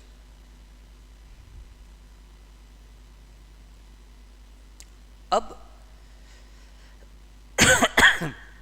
यहां पे पिछले सालों में एक अमेंडमेंट आया था। मान लीजिए जनरली जो 1023C वाले ट्रस्ट होते हैं और जो 12AA वाले ट्रस्ट होते हैं, इनसे कोई गिफ्ट मिला होता है तो वो एग्जम्प्ट होता है। तो कई बार क्या होता था, ये जो ट्रस्ट होते थे यही अपने रिलेटेड पार्टी को ही क्या कर देते थे, गिफ्ट दे देते थे। मतलब जो ट्रस्ट है, ट्रस्टी के ही रिलेटिव को क्या कर दिया, उठा करके गिफ्ट में ट्रांसफर कर दिया। मतलब ट्रस्ट से पैसा निकालने का सीधा तरीका। तो ये जो 12AA वाले ट्रस्ट होते थे, 1023C वाले ट्रस्ट होते थे, यही अपने कनेक्टेड पर्सन या रिलेटेड पर्सन को ही क्या कर देते थे, ट्रस्ट का असेट उठा करके ट्रांसफर कर देते थे। अब ऐसे केस में तो आपने रिलेटेड पार्टी बेनिफिट दे दिया, बताइए ये एग्जम्प्ट होना चाहिए क्या? आंसर इज नो, ये एग्जम्प्ट नहीं होना चाहिए। तो जनरल रूल बनाया गया कि भैया 1023 वाले ट्रस्ट या फिर 12AA वाले ट्रस्ट जब भी किसी को गिफ्ट देंगे ये एग्जम्प्ट होगा। पर उन्होंने ऐसे पर्सन को दे दिया जो 13(3) के अंदर में रेफर्ड है। इफ एनी सम और property is received by person referred in 13.3, 13.3 के अंदर में कौन पर्सन कवर होता है? Connected person. Yes, connected person. आप इसी को क्या कहते हो सर? Specified person. आप इसी को क्या कहते हो sir? Specified person from fund registered under 1023 और 12AA, then such sum shall be taxable. तो चलो जनरल रूल बनाते हैं। 1023 या 12AA वाले ट्रस्ट अगर किसी को गिफ्ट करते हैं, ये गिफ्ट क्या है? एग्जम्प्ट है। लेकिन यही ट्रस्ट ऐसे पर्सन को कर दे जो 13.3 के अंदर में मेंशन्ड है, दैट इज कनेक्टेड पर्सन को कर दे, तो ये टोटली क्या हो जाएगा? टैक्सेबल। ये टोटली क्या हो जाएगा? टैक्सेबल। ये टोटली क्या हो जाएगा मालिक? टैक्सेबल। क्लियर है? Okay. by way of a transaction not regarded as transferred under section 47 with respective subsection। बिल्कुल याद मत रखना, एक हाथ याद दिला देता हूँ। याद करके देखो, हम जब कैपिटल गेन में थे हम लोगों ने अमलगमेशन देखा था। हम लोगों ने क्या देखा था बेटा? अमलगमेशन देखा था, राइट? सेक्शन 47 में कि अमलगमेशन के ऊपर टैक्स नहीं लगता, बराबर है। जिसको याद नहीं आ रहा वो जाके अपनी बुक पलटाएं। हम कैपिटल गेन में थे, कैपिटल गेन के अंदर में transaction not regarded as transfer मान रहे थे। होल्डिंग ने सब्सिडरी को ट्रांसफर किया, जो व्यक्ति ट्रांसफर कर रहा है, होल्डिंग कंपनी ट्रांसफर कर रही है, उस पे सेक्शन 47 लगता है, कोई कैपिटल गेन नहीं। पर रिसीवर भी तो विदाउट कंसिडरेशन रिसीव कर रहा है, रिसीवर भी तो विदाउट कंसिडरेशन रिसीव कर रहा है। क्या इसके हाथ में गिफ्ट होगा? हमने कहा था इसके हाथ में गिफ्ट टैक्सेबल नहीं है। देख लो यहीं पे, इसको कहते हैं बेटा पावर ऑफ इंटरलिंकिंग। आप सिर्फ मेरे साथ सर रुकिए, मैं जो भी आपको लिखा रहा हूं, जब भी ये वर्ड वापस आएगा मैं 30 चैप्टर बाद भी आपको इंटरलिंकिंग करवाऊंगा। सिर्फ थोड़ा सा पेशेंस रखिए, क्योंकि सर एक दिन में सब कुछ नहीं समझा जा सकता, लेकिन आप हौले हौले समझेंगे ना सर। डीटी बहुत प्यारी चीज़ है, ये सिर्फ रिवीजन में उड़ाने वाली चीज़ नहीं है सर, ये बहुत कंसेप्चुअली डिटेल्ड में पढ़ने वाली चीज़ है। यस, अब देखिए, ऐसे ट्रांजैक्शन जो सेक्शन 47 के रिस्पेक्टिव सबसेक्शन के अंदर में मेंशन्ड है, उसमें गिफ्ट नहीं माना जाता। सेम देखो, हमने यहाँ पे भी लिखा था, अमलगमेशन के ट्रांजैक्शन में जो कंपनी दे रही है उसको कैपिटल गेन टैक्स नहीं आएगा, लेकिन जो कंपनी रिसीव कर रही है, क्या इसको गिफ्ट आना चाहिए? यहाँ पे 56(2)(10) कहता है ये गिफ्ट नहीं आएगा, ये एग्जम्प्टेड गिफ्ट के कैटेगरी में आएगा। Are you getting the point? वही चीज़ आपको IFOS के अंदर में यहाँ पे मेंशन्ड है। Getting the point? Okay. Next, from an individual by a trust created solely for the benefit of relative of individual। मान लीजिए ट्रस्ट से किसी इंडिविजुअल को मिल रहा है, बट ये वो नहीं है जो 13.3 में मेंशन्ड है। ट्रस्ट से अगर किसी व्यक्ति को मिल रहा है, वो नहीं जो 13.3 में मेंशन्ड है। ये भी क्या किया गया है? एग्जम्प्ट किया गया है। ये भी क्या किया गया है मालिक? एग्जम्प्ट किया गया है। फिर एक और चीज लिखी थी, from such class or classes of person as may be specified. क्या लिखा था यहाँ पे? एक और पॉइंट लिखा था, from such class or classes of person as may be specified subject to the conditions as may be specified. तो लॉ ने एक और पावर अपने हाथ में रखा था कि भैया हम इसके आगे फ्यूचर में कह सकते हैं कि ये चीज़ें क्या होनी चाहिए, एग्जम्प्ट होनी चाहिए, तो हम और कैटेगरी दे सकते हैं। अब इस पावर का ही यूज़ करके इन्होंने क्या किया? कोविड के टाइम के बाद का एक प्रोविजन एडअप किया। कोविड के टाइम के बाद का क्या किया? एक प्रोविजन एडअप किया और कहा अगर कोई इंडिविजुअल है, बराबर है। अब सोच के देखिए कोविड के टाइम पे हुआ क्या था। कोविड के टाइम पे कई लोग ऐसे थे जिनके घर वाले कोविड से परेशान हो चुके थे, उनका बिजनेस भी बंद था क्योंकि जाहिर सी बात है पूरा लॉकडाउन था। तो ऐसे केस में क्या हुआ? ऐसे केस के अंदर में लोगों की इनकम बंद हो गई। अब कई लोगों ने क्या किया, उस टाइम पे अब उनके पास इलाज के लिए पैसे तो थे नहीं, तो कई लोगों ने मुहिम चलाई कि भैया इनके घर वाले परेशान हैं, आप मेडिकल ट्रीटमेंट के लिए पैसे दीजिए। तो कोई एक्स व्यक्ति होता था जिसको लेट से मैं जानता हूँ, मेरे एक रिलेटेड है, उनको क्या किया, कोविड ने परेशान किया, फाइनेंशियल फंडिंग थी नहीं, तो मैंने क्या किया, मैंने कैंपेनिंग चालू करी। भैया ये बंदा है, ये बंदे को मैंने एनालाइज किया हुआ है, मैं अपने 10 दोस्तों को बोलूँगा, 5-6 स्टूडेंट को बोलूँगा कि भैया आप प्लीज़ इसके नंबर पे पैसे ट्रांसफ़र कर दीजिए, ही नीड्स, मैंने मेरा कंट्रीब्यूशन कर दिया, ही नीड्स इट। अब समझना बात को, सभी लोगों ने बहुत अच्छे मन से और दिल खोल के कोविड में भारत में एक दूसरे की मदद करी, ये बात तो आप अग्री करेंगे। अब भारत में जब सबने एक दूसरे की मदद करी, पर यहाँ पे टैक्सेशन लॉ अटका। कैसे? जो पर्सन जिसके घर वालों के लिए या खुद के लिए कोविड का इलाज करा रहा था, उसको तो सम मिल गया विदाउट कंसिडरेशन एक्सीडिंग 50,000, उस पे तो गिफ्ट की प्रोविजन एप्लीकेबल हो गई, because he received the sum exceeding 50,000 from person on persons. पर यहाँ पे ऑब्जेक्टिव क्या था उसका? क्या यहाँ पे ऑब्जेक्टिव टैक्स इवेशन था क्या? The answer is no. यहाँ पे ऑब्जेक्टिव क्या था? कोविड ट्रीटमेंट था। यहाँ पे कभी भी ऑब्जेक्टिव टैक्स इवेशन तो था ही नहीं, यहाँ पे तो ट्रीटमेंट ऑफ कोविड का ऑब्जेक्टिव था। लॉ ने इस बात को समझा और लॉ ने कहा कि अगर कोई इंडिविजुअल है, यस, वो मेडिकल ट्रीटमेंट के लिए उसको पैसे मिलते हैं फॉर हिमसेल्फ और रिलेटिव इलनेस क्या होनी चाहिए, कोविड-19, तो जो सम रिसीव हो रहा है ये क्या हो जाएगा, एग्जम्प्ट हो जाएगा। जो सम रिसीव्ड हो रहा है ये क्या हो जाएगा, एग्जम्प्ट हो जाएगा। अब क्या होता था, ये प्रोविजन तो ला दी, ध्यान से सुनना, ये प्रोविजन तो लेकर के आ गए, लेकिन क्या होगा, कोई भी व्यक्ति बोलेगा कि भैया मेरे को 2019-2020 में जो सम रिसीव्ड हो रहा है ये गिफ्ट है, ये क्या है, ये गिफ्ट है, ये कोविड-19 के बिहाफ पे आया था। क्योंकि अगर आप देखें मोटे मोटे तौर पे ऑलमोस्ट हर एक व्यक्ति को कोविड हो करके गया है, हर एक व्यक्ति को एक बार कोविड हो करके गया है, कुछ सर्वाइव कर गए, कुछ सर्वाइव नहीं कर पाए। अब सिचुएशन क्या है, आप सिर्फ ये क्लेम कर दोगे इनकम टैक्स डिपार्टमेंट के सामने कि सर मेरे को तो कोविड से रिलेटेड पेमेंट आया था, कोविड ट्रीटमेंट से रिलेटेड पेमेंट आया था। भैया कोई रिकॉर्ड कीपिंग नाम की भी चीज़ है, भैया आप किसी चीज़ का रिकॉर्ड दिखाओ। अब रिकॉर्ड में आप क्या दिखाओगे, कोविड पॉजिटिव रिकॉर्ड दिखाओगे, प्लस जो आपको नेसेसरी दवाइयाँ पिल्स दी थी आपने सही में ली है कि नहीं है। इनकम टैक्स डिपार्टमेंट को सिर्फ प्रूफ चाहिए, इनकम टैक्स डिपार्टमेंट एग्जम्पशन देने के लिए तैयार है, पर इनकम टैक्स डिपार्टमेंट को प्रूफ भी तो चाहिए ना कि हाँ सच में ये इलाज के लिए लगा था, सच में ये पैसा इलाज के लिए यूज हुआ था। ये कैसे आप फुलफिल करेंगे, यही चीज़ इस बार अमेंडमेंट में लाई है। उन्होंने पहली चीज़ बोली कि कोई भी व्यक्ति को अगर कोविड ट्रीटमेंट खुद के लिए या किसी और के लिए इलनेस के लिए पैसा मिला है तो ये टोटली एग्जम्प्ट है। बस आपको क्या रखना होगा, इसके रिकॉर्ड रखने होंगे। अब रिकॉर्ड के मीनिंग को उन्होंने क्या किया, नोटिफिकेशन के थ्रू एक्सप्लेन किया।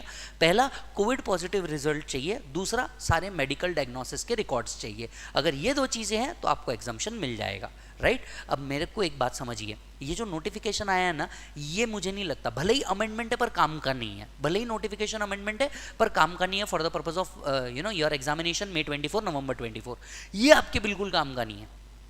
सर क्यों, don't you think final level पे, इंटर लेवल पे ये आपको नहीं पूछने वाला कि भैया all documents maintained or not, आपको सिर्फ ये पूछेगा कोविड रिलेटेड था, assuming all other conditions are satisfied, क्या ये एग्जाम्प्ट है, आंसर आना चाहिए यस, ठीक है।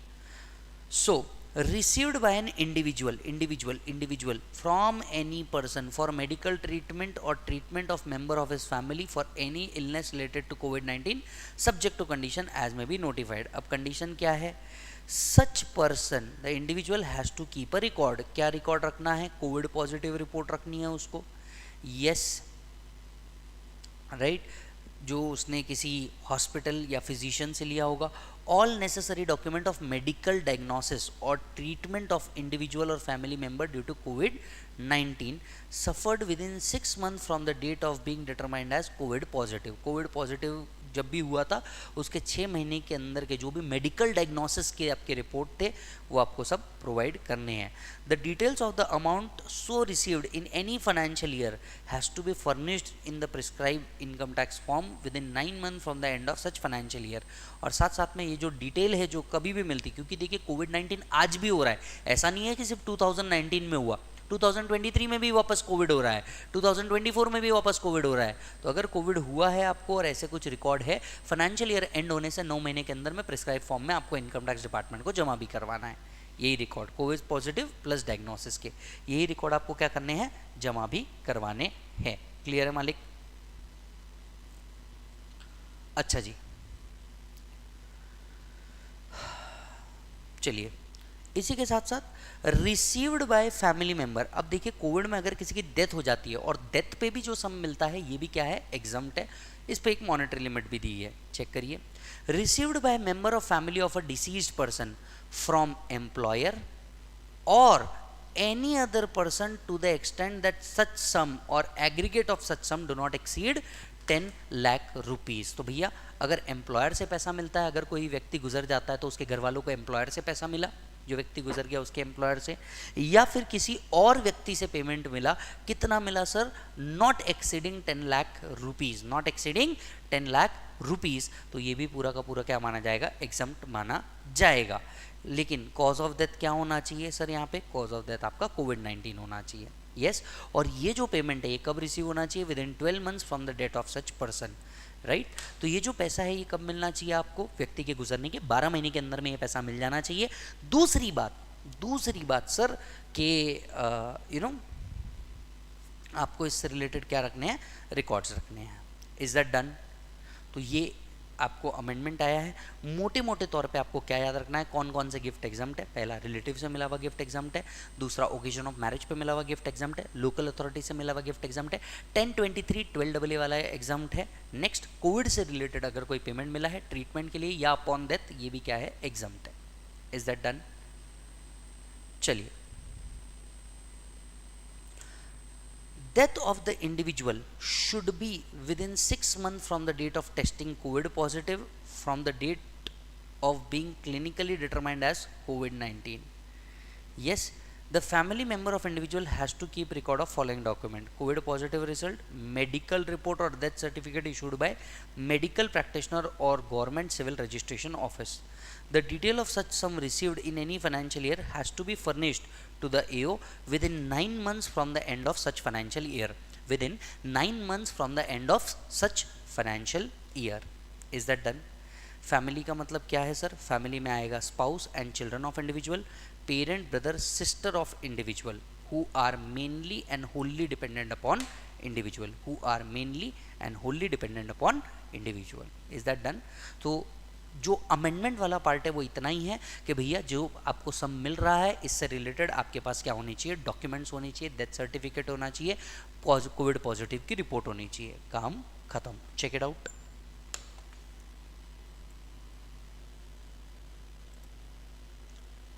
डन है बेटा? अच्छा, एक नोटिफिकेशन आया था 2019 के टाइम का, ये भी नोटिफिकेशन मैं आपको बता दूं, हालांकि इसके ऊपर क्वेश्चन आया नहीं और मुझे अब उम्मीद है शायद आए भी ना, राइट। अब ये नोटिफिकेशन क्या था? 2019 के अंदर में दिल्ली में इलेक्शंस होने वाले थे। मेन जो पार्टी थी वो थी आप, बीजेपी एंड कांग्रेस, जो वहाँ पे इलेक्शन लड़ रही थी। तो बीजेपी एंड आप दोनों के बीच में एक टग ऑफ वॉर था कि भैया जो वहाँ पे अनऑथराइज्ड कॉलोनी है दिल्ली के अंदर में, that is national capital region के अंदर में जो अनऑथराइज्ड कॉलोनी है, बीजेपी कह रही थी हम इसको ऑथराइज कर देंगे, वेरएज आप भी कह रहा था हम इसको ऑथराइज कर देंगे। इसी पॉइंट को ध्यान में रखते हुए अब ये अनऑथराइज कॉलोनी को ऑथराइज कराने का मीनिंग क्या होता है ये थोड़ा सा इमेजिन कर लीजिए। अब लाख लाख लोग आके बस जाते हैं, इस शहर से दिल लगा के बस जाते हैं, ये गाना कभी सुना है, राइट। अब क्या होता है, छोटे छोटे गाँव से लोग बड़े शहर में आना चाहते हैं। अब ये आते हैं, रहने के लिए जगह मिलती नहीं है, तो ये लोग अपना टेम्पररी अकोमोडेशन बना देते हैं। अब वो आते हैं तो इनके रिलेटिव भी आ जाते हैं और इस तरीके से ऐसे कई लोग आकर के क्या कर देते हैं, कॉलोनी बना देते हैं, मतलब गवर्नमेंट की लैंड के ऊपर अनअवैध कब्जा। अब ये लैंड बन जाता, लोग यहाँ पे रहना चालू कर देते, कई सालों बाद गवर्नमेंट को ध्यान में आता कि भैया इस तरीके का काम हो चुका है। अब क्या होता है, ये लोग आके बस गए, अब इनको अगर आप हटाओगे तो वापस से कम्युनल इशू हो सकता है, राइट्स हो सकते हैं। तो ऐसे केस में क्या किया जाता है, गवर्नमेंट इन अनऑथराइज कॉलोनी को ऑथराइज कर देती और जो वहाँ के लोग हैं उनको वहाँ का क्या दे देती, इमूवेबल प्रॉपर्टी प्रोवाइड कर देती कि तुम यहीं रह लो, अब ये लैंड तुम्हारी, मतलब लोकल अथॉरिटी ने ये लैंड अब तुमको दे दी, अब तुम यहाँ पे रह लो, खत्म काम। इसको बोलते हैं अनऑथराइज कॉलोनी को क्या करना, ऑथराइज। अब आप सोच करके देखिए, मान लीजिए विजय ही एक वो व्यक्ति था जिसने वहाँ पे एक अपना छोटा टेम्पररी हाउस बनाया था, झोपड़पट्टी बनाई थी, और अब गवर्नमेंट ने क्या कर दिया, हमारी कॉलोनी को ऑथराइज कर दिया कि भैया against the election, political funding etcetera etcetera whatsoever, उन्होंने क्या कर दिया, हमारे को दे दिया। अब डोंट यू थिंक यहाँ पे लॉ भी बीच में आ गया, immovable property received without consideration, stamp duty value exceed 50,000, विजय के हाथ में तो ये टैक्सेबल होना चाहिए। मान लो विजय को टैक्स भरने के लिए इनकम टैक्स डिपार्टमेंट वाली एक दीदी आई, वो कहती है चलो विजय टैक्स भरो। मैं क्या बोलूँगा, अरे मैडम आप जानती नहीं है मेरे बारे में, मैंने गवर्नमेंट को लैंड के पैसे नहीं दिए, आपको लगता है मैं आपको इनकम टैक्स दूंगा? सोच के देखिए ना, जिसने गवर्नमेंट को लैंड के पैसे नहीं दिए आपको लगता है वो इनकम टैक्स देगा? Answer is no. यही चीज़ नोटिफिकेशन नंबर 96 2019 में लिखी है। अब देखिए प्रॉब्लम क्या है, ऐसा नहीं है कि ये सिर्फ national capital territory of Delhi में होता है, ये होता पूरे इंडिया में है, लेकिन एग्जम्पशन लाया सिर्फ और सिर्फ दिल्ली के लिए। अजीब है पर यही है। अब लॉ कहता है, नोटिफिकेशन नंबर 96 2019 कहता है, मान लीजिए अगर गवर्नमेंट ने अनऑथराइज कॉलोनी को ऑथराइज कर दिया, कहाँ, in national capital territory of Delhi, जिनको भी ये मिल रहा है उनके हाथ में टैक्सेबल नहीं है, उनके हाथ में टैक्सेबल नहीं है। अब एग्जम्पशन सिर्फ किस किस के लिए दिया है सर, दिल्ली के लिए दिया है, बाकी किसी के लिए नहीं दिया। तो 56(2)(10) इज नॉट एप्लीकेबल, ध्यान से सुनिए, 56(2)(10) is not applicable if immovable property is received by resident of an unauthorised colony in national capital territory of Delhi. तो 56(2)(10) उनके ऊपर क्या नहीं है सर, एप्लीकेबल नहीं है, तो उनके हाथ में टैक्सेबल होने वाला नहीं है। Is that done? तो ये था सर गिफ्ट का प्रोविजन। गिफ्ट के प्रोविजन में हमने क्या पढ़ा सर? गिफ्ट पढ़ा, प्रॉपर्टी पढ़ा, रिलेटिव का डेफिनेशन पढ़ा, एक्सेप्शंस टू गिफ्ट पढ़ा। क्या पढ़ा? Exceptions to gift. आप जब रजिस्टर में जाएंगे यहाँ पे गिफ्ट के प्रोविजन के नीचे लिखिए exception to gift,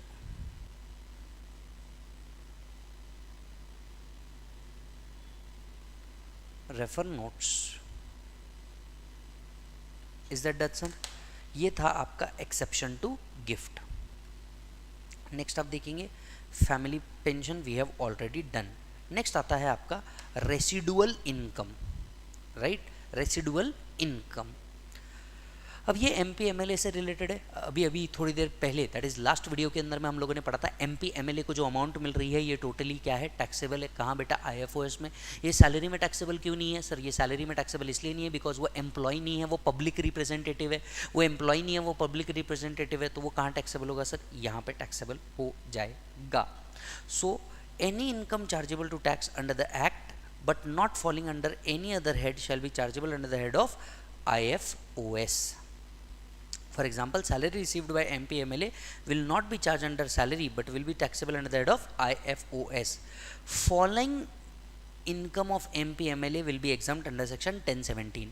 MP MLA को जो इनकम मिल रही है वो टैक्सेबल होती है। हालांकि ये जो इनकम है daily allowance, constituency allowance of MP and constituency allowance of MLAs, ये क्या है मालिक? एग्जम्प्ट है। ये क्या है मालिक? एग्जम्प्ट है। कौन से सेक्शन के अंदर में एग्जम्प्ट है? एग्जम्प्ट है अंडर सेक्शन 1017 के अंदर में, एग्जम्प्ट अंडर सेक्शन 1017। अब मैं आपको एक और ब्यूटीफुल पॉइंट बोलता हूँ।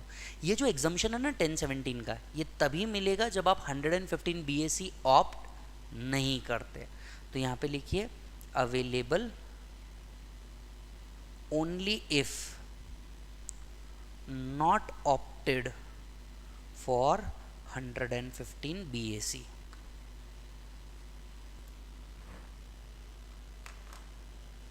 Exemption is available only if they have not opted for 115 BAC. So MP MLA को जो अमाउंट मिल रही है, MP MLA को जो अमाउंट मिल रही है, ये अमाउंट क्या होने वाली है मालिक? एग्जाम्प्ट होने वाली है। ये अमाउंट क्या होने वाली है मालिक? एग्जाम्प्ट होने वाली है। कौन सी? Daily allowance, constituency allowance, MLA को जो कॉन्स्टिट्यूएंसी अलाउंस मिल रहा है वो। पर ये एग्जम्पशन भी कब मिलेगा? जब उन्होंने 115 BAC ऑप्ट नहीं किया। इसके अलावा जो रेम्यूनरेशन मिल रहा है MP और MLAs को, वो कहाँ टैक्सेबल होगा? IFOS के अंदर में टैक्सेबल होगा। डन मालिक? Casual income, issue of share at premium, we have already done. Dividend we have already done. Deem dividend we have already done. And taxation of 115 BBD is also done. Is that done? चलो, हाँ, अब अगर आप ध्यान से देखेंगे, एक winning के अंदर में ये गिफ्ट हो गया आपका, राइट? नेक्स्ट आता है आपका इंटरेस्ट ऑन लोन और सिक्योरिटीज। इधर आओ,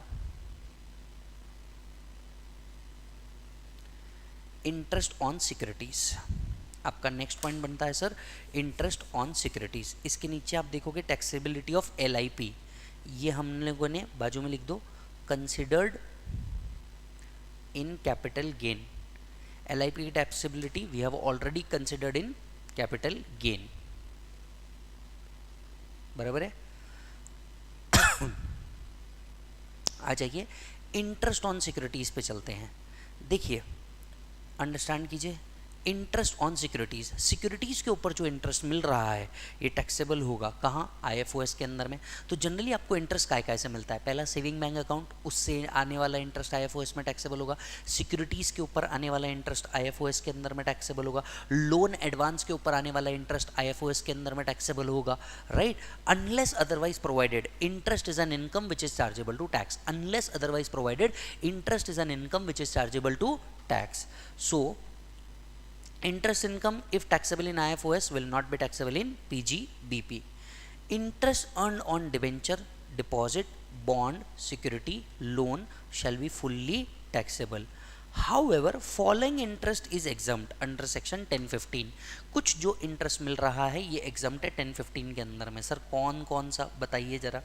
पहला, interest on notified government securities. Notified government securities अगर कुछ है उसके ऊपर का interest. Interest received by individual HUF on the notified capital investment bond, interest received by individual on notified relieves bond, interest on gold deposit bond and local authorities जो notify किए गए हैं। भाई देख, इतनी चीज़ों को शॉर्ट करना है ना, सीधे शब्दों में एक वर्ड देख, तू एक वर्ड पे फोकस कर, तेरी पढ़ाई को कम कर। नोटिफाइड अगर बॉन्ड है, इसके ऊपर का इंटरेस्ट एग्जाम्प्ट है। सीधे शब्दों में ये चार पढ़ने से बेटर तो एक पढ़ना भाई, एग्जाम ओरिएंटेड अप्रोच रख। चार पढ़ने से बेटर एक पढ़। अगर कोई नोटिफाइड बॉन्ड है, उसके ऊपर का इंटरेस्ट क्या है, एग्जाम्प्ट है, काम खत्म।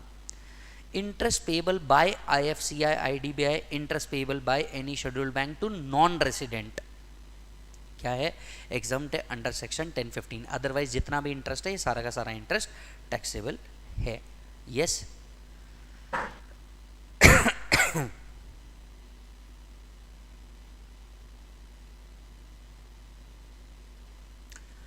Interest income from investment in non SLR securities of bank. अब अंडरस्टैंड कीजिए, आपको पता है एक बैंक को एसएलआर रखना पड़ता है। यस, एसएलआर का फुल फॉर्म क्या है, आपको फाउंडेशन में ही बढ़ाया गया है। एसएलआर का फुल फॉर्म क्या है, आपको फाउंडेशन में ही बताया गया है। ये सुनो, अब एक बैंक दूसरे बैंक के अंदर में क्या करना पड़ता है सर, इन्वेस्टमेंट रखनी पड़ती है। अब ध्यान से समझना, एक बैंक ने दूसरे बैंक के अंदर में इन्वेस्टमेंट रखा, इसके ऊपर क्या मिलता है, इंटरेस्ट मिलता है। अब एक सवाल उठा, ये इनकम फ्रॉम बिजनेस होना चाहिए या ये इनकम फ्रॉम आईएफओएस होना चाहिए? तो सीबीडीटी क्लैरिफाई करता है, income from such investment which is attributable to business will be chargeable under the head of PGBP and not IFOS. तो अगर एक बैंक दूसरे बैंक के अंदर में नॉन एसएलआर सिक्योरिटीज होल्ड करती है, जिसके ऊपर क्या मिलता है, आपको कोई इंटरेस्ट मिलता है, ये इंटरेस्ट आईएफओएस के अंदर में टैक्सेबल होना चाहिए, ना कि पीजीबीपी के अंदर में। सॉरी, पीजीबीपी के अंदर में टैक्सेबल होना चाहिए, ना कि आईएफओएस के अंदर में। Is that done? चलिए नेक्स्ट पॉइंट के ऊपर आते हैं। नेक्स्ट पॉइंट के ऊपर आते हैं, deduction not allowed. Next point के ऊपर आते हैं सर, डिडक्शन नॉट अलाउड। देखिए, आईएफओएस के अंदर में मेनली तीन ही सेक्शन थे, 56, 57, 58। 56 हमने खत्म कर दिया। 57 बोलता है कौन से डिडक्शन अलाउड है, 58 बोलता है कौन से डिडक्शन अलाउड नहीं है। तो अभी हम सबसे पहले पढ़ने जा रहे हैं कौन से वो डिडक्शन है जो अलाउ नहीं है। इनमें से कुछ हम ऑलरेडी पढ़ चुके हैं। पहला expenditure related to casual income, casual income से रिलेटेड कोई भी खर्चा अलाउड नहीं है। यस। दूसरा पर्सनल एक्सपेंडिचर, किसी भी तरीके का पर्सनल एक्सपेंडिचर आईएफओएस इनकम से अलाउड नहीं है, बराबर। नेक्स्ट आता है any payment made to non resident outside India. अगर आप क्या कर रहे हैं सर, अगर आप नॉन रेसिडेंट को पेमेंट कर रहे हैं आउटसाइड इंडिया, अगर आप नॉन रेसिडेंट को पेमेंट कर रहे हैं outside India, that amount will not be taxable, that amount will not be allowed as deduction. Taxable तो होगा, that amount will not be allowed as deduction, अगर आपने उसके ऊपर क्या नहीं किया सर, टीडीएस डिडक्ट नहीं किया। तो एनी इंटरेस्ट और salary paid outside India to NR on which TDS is not deducted, not allowed as deduction. कोई सम आप वेल्थ टैक्स का पे कर रहे हैं, नॉट अलाउड एज डिडक्शन। कोई सम आप वेल्थ टैक्स का पे कर रहे हैं, not allowed as deduction. Provision of section 40 capital mutatis mutandis applicable. अब इसका मीनिंग समझते हैं क्या होता है। अब इसका मीनिंग समझते हैं सर क्या होता है, सुनिए। इसका मीनिंग ये है, सेक्शन 40A, जब अभी आप पीजीबीपी चालू करेंगे तब देखेंगे, 40A कहता है कि सर अगर आपको कोई भी सम पे करना है, लेट्स से 10,000 के ऊपर आपको पे करना है, it must be paid by account payee cheque draft ECS और other electronic mode. It must be paid by account payee cheque draft ECS और अदर इलेक्ट्रॉनिक मोड। 10,000 के ऊपर का कैश पेमेंट अलाउड नहीं है। याद आ रहा है आप लोगों को? वही प्रोविजन लिखा है कि यहाँ पे भी एप्लीकेबल होगा। Cash expenditure exceeding 10,000 40A3 shall apply, और वो डिस अलाउ हो जाएगा। तो मान लीजिए आपने कोई सम पे किया, कोई खर्चा किया, राइट, और ये 10,000 से ऊपर कैश में कर दिया, आईएफओएस में इसका डिडक्शन मिलने वाला नहीं है। आईएफओएस में इसका डिडक्शन मिलने वाला नहीं है। क्लियर है? ठीक उसी तरह अगर आपने रिलेटेड पार्टी को ट्रांसफ़र कर दिया और ये मार्केट वैल्यू के ऊपर है, अगर आपने रिलेटेड पार्टी को ट्रांसफ़र कर दिया और ये मार्केट वैल्यू के ऊपर है, तो भी जितना एक्सेस अमाउंट है वो क्या हो जाएगा, डिसअलाउ। एक्सेस अमाउंट है वो क्या हो जाएगा, डिसअलाउ। फिर एक और प्रोविजन थी, अगर आपको याद हो तो, नॉन रेसिडेंट को आप विदाउट टीडीएस पे करते हो 100% डिसअलाउ। यहाँ पे क्या है बेटा आपका 100% डिसअलाउ अगर आप नॉन रेसिडेंट को विदाउट टीडीएस देते हो तो। यही अगर रेसिडेंट को विदाउट टीडीएस देते हो तो याद है 30% डिसअलाउ होता है, वही पॉइंट यहाँ लिखा है, 30% of the amount paid without TDS to resident, ये क्या हो जाएगा, डिसअलाउ हो जाएगा। तो रेसिडेंट को कोई पेमेंट किया and you have not deducted TDS, you have paid to resident but not deducted TDS, 30% will be disallowed, 70% will be allowed, 30% will be disallowed. So come on, payment made to non-resident, resident, payment made to non-resident without TDS 100% disallowed, payment made to non-resident without TDS 100% disallowed, payment made to resident without TDS 30% disallowed। Clear है, यही चीज़ को PGBP में और retreat करेंगे। तो non resident को दिया 100% disallow, resident को विदाउट TDS दिया 30% disallow, not allowed as deduction. तो ये था आपका सेक्शन 58। इसमें के कुछ पॉइंट्स आपको रजिस्टर के अंदर में लिखने हैं।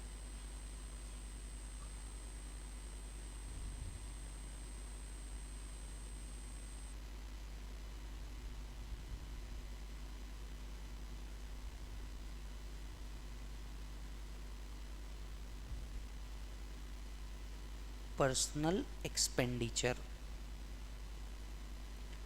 क्या है, देखो सर, पढ़ाने में सिर्फ मतलब नहीं है, आपको लिखना भी पड़ेगा। क्योंकि क्या होगा, एक बात लिखने से आपकी प्रैक्टिस होती जाएगी, दूसरी बात क्या होगा सर, रिटेनमेंट होता है। लेकिन लिखो उतना ही जितना काम का है।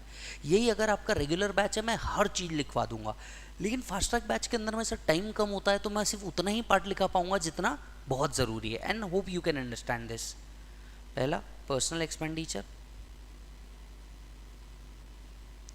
Payment to NR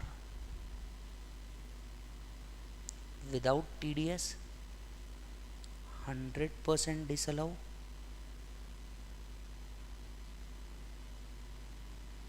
payment to R without TDS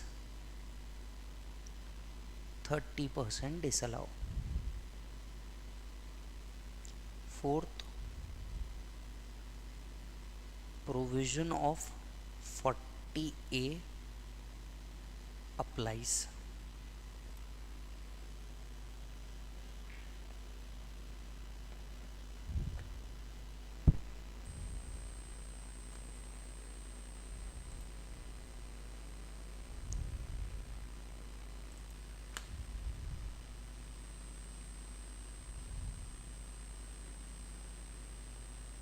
expenses related to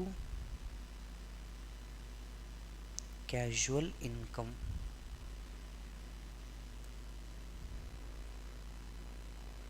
expenses related to casual income।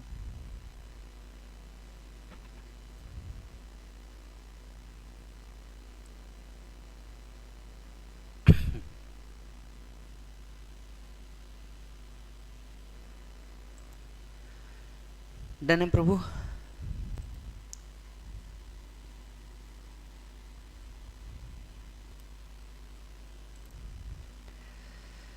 चलो जी, ये था 58। अब आते हैं नेक्स्ट सेक्शन के ऊपर। नेक्स्ट सेक्शन है आपका सेक्शन 57। कौन कौन से एक्सपेंडिचर अलाउड है। नाउ सेक्शन 57 के अंदर में अगर आप देखोगे तो यहाँ पे भी आपको क्या दिया गया है, कुछ चीज़ें दी गई है, कुछ चीज़ें दी गई है, ध्यान से देखिएगा। सेक्शन 57 किस बारे में बात करता है, सेक्शन 57 बात करता है transactions which are allowed as deduction. जब हम IFOS कंप्यूट करते रहेंगे तो इसमें कुछ चीज़ों का डिडक्शन मिलेगा, कुछ चीज़ों का डिडक्शन मिलेगा। अब किन किन चीज़ों का डिडक्शन मिलता है, देखिए इनमें से कुछ चीज़ें हम लोग ऑलरेडी पढ़ चुके हैं। पहला 6 पॉइंट को देखो, 50% of the interest on compensation or enhance compensation. Interest on compensation, enhance compensation जितना भी मिलता है इसका 50% अलाउड एज डिडक्शन है। Standard deduction in family pension, family pension में कितना डिडक्शन मिलता है, 1/3 ऑफ सच पेंशन और 15,000 विच एवर इज लोअर। हालांकि ये कब अवेलेबल होता है, only if not opted for 115 BAC। ये जो फैमिली पेंशन वाला पॉइंट है ना, सिर्फ ये फैमिली पेंशन वाला पॉइंट का डिडक्शन तभी मिलेगा when they have not opted for 115 BAC। ये स्पेसिफिक पॉइंट है इसी के लिए। तो एक स्टैंडर्ड डिडक्शन वाला पॉइंट, एक कंपनसेशन एनहांस कंपनसेशन वाला पॉइंट, ये दो तो आप पहले भी पढ़ चुके हैं। इसके अलावा आप ये भी तो पढ़ चुके हैं। डिविडेंड के केस में 20% of such dividend income or interest expenses, yes 20% of such dividend income or interest expenses whichever is lower का डिडक्शन, ये भी आप पढ़ चुके हैं। Next, repairs, depreciation, insurance of any plant and machinery, building, any other deduction incurred for the purpose of business if it is allowed as deduction under section 57(3). 57(3) एक general deduction है जो कहता है अगर आपने IFOS इनकम अर्न करने के लिए कोई एक्सपेंडिचर किया होगा तो आपको इसका डिडक्शन मिल जाएगा। और एम्प्लॉइज कंट्रीब्यूशन का भी अगर आपको डिडक्शन मिल जाएगा अगर आप इसे रिलेवेंट एक्ट की ड्यू डेट से पहले क्या कर देते हैं, पे कर देते हैं। रिलेवेंट एक्ट की ड्यू डेट से पहले आप क्या कर देते हैं सर, इसको पे कर देते हैं। यस, अच्छा जी sir.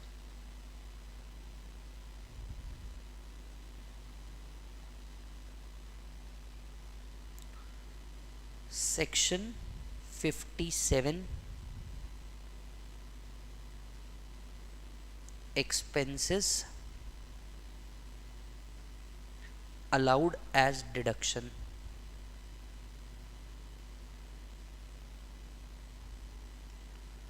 Point number A,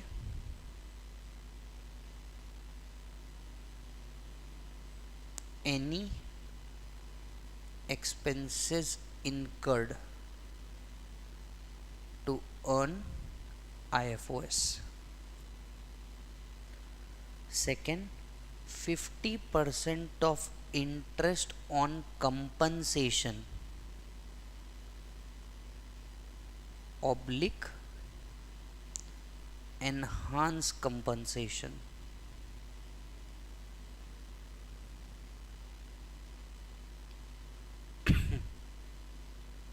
Family pension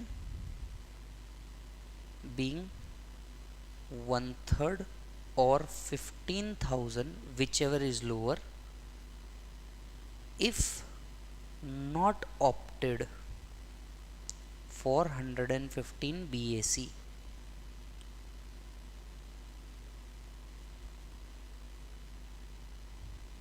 if not opted for 115 BAC।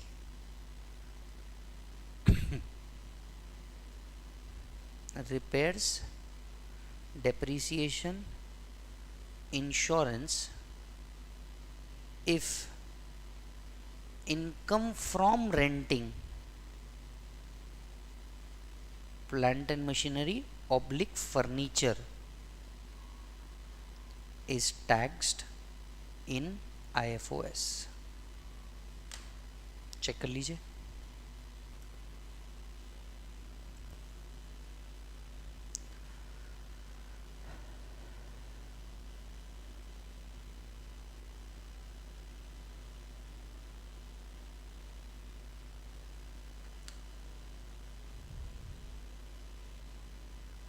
Employees contribution to provident fund if paid before the due date of filing ROI, paid before the due date specified in the act। employee contribution है specified in respective act।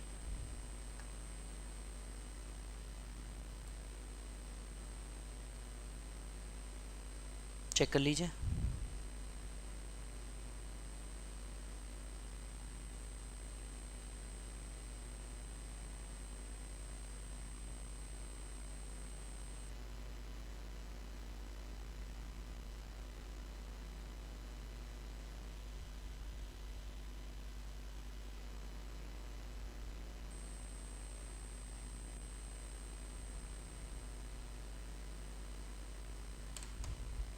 Done है बेटा, that's it. अब ज़रा देखिएगा, एक छोटा सा error यहाँ पे आया है। यहाँ पे शायद रेगुलर बुक से मेरा कॉपी हो चुका है, ये कट कर दीजिए। ये कोई अमेंडमेंट नहीं है, ये पार्ट कट कर दीजिए 7th वाला। ये यहाँ पे हम लोगों ने ऑलरेडी लिखा है, यहाँ पे हम लोगों ने ऑलरेडी लिखा है वही चीज़, 30% of the payment disallowed is payment to if payment is made to resident, ये वही वाला पॉइंट है, ये देख लीजिए, ये वही चीज़ पूरा का पूरा लॉ लिखा है जिसको आप शॉर्ट में समझ सकते हैं। तो वो रेगुलर बुक से कॉपी हो चुका है, वो आप कट कर सकते हैं। तो that was your 56, that was your 56, 57, 58, ये तीनों भी क्या हो गए मालिक, IFOS हो गए।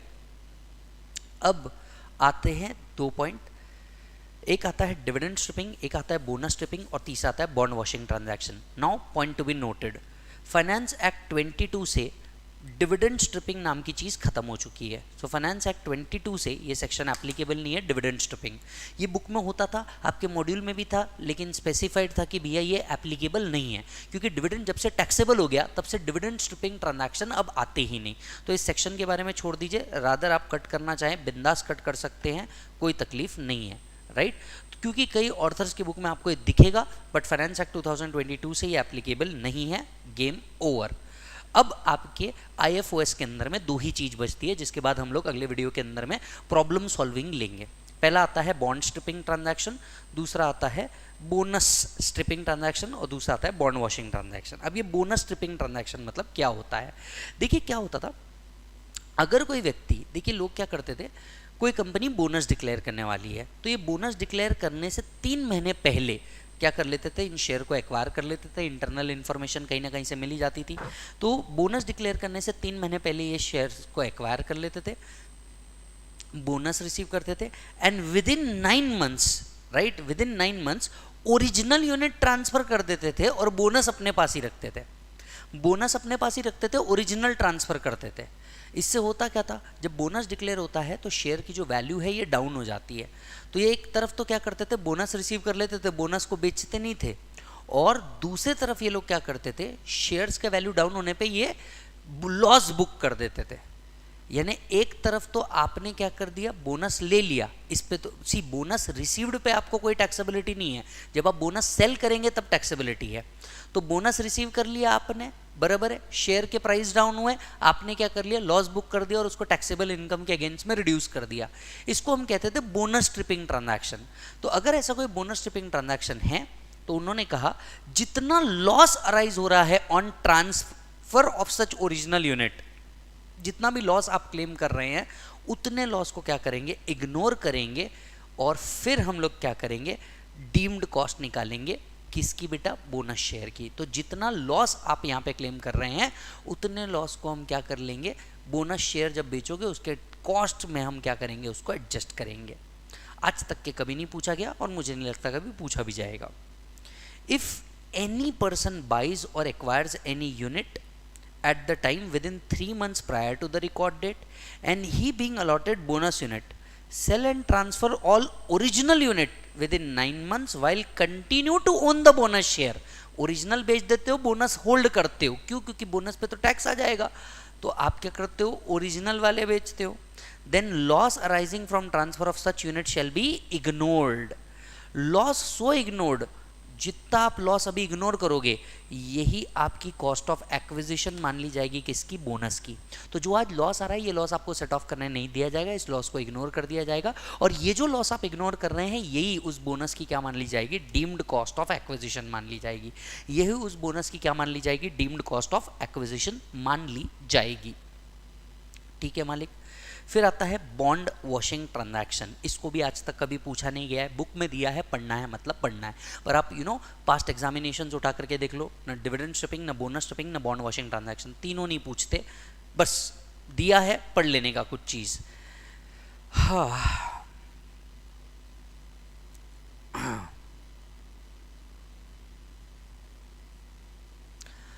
बॉन्ड वॉशिंग ट्रांजैक्शन में लोग क्या करते थे, मैं आपको समझाता हूँ। मान लो विजय ने क्या किया कि कंपनी के बॉन्ड लिया, अब लगभग हर कंपनी का इंटरेस्ट पेमेंट डेट फिक्स होती है, तो मैं क्या करता था, बॉन्ड एक्वायर कर लेता था, और जब बॉन्ड के ऊपर इंटरेस्ट वाले आने वाला होता था ना, उसी टाइम पे क्या करता था, ये बॉन्ड को मैं ट्रांसफर कर देता था किसी दूसरे पर्सन के हाथ में, लेट्स से वाइफ के हाथ ट्रांसफर दिखा देता था।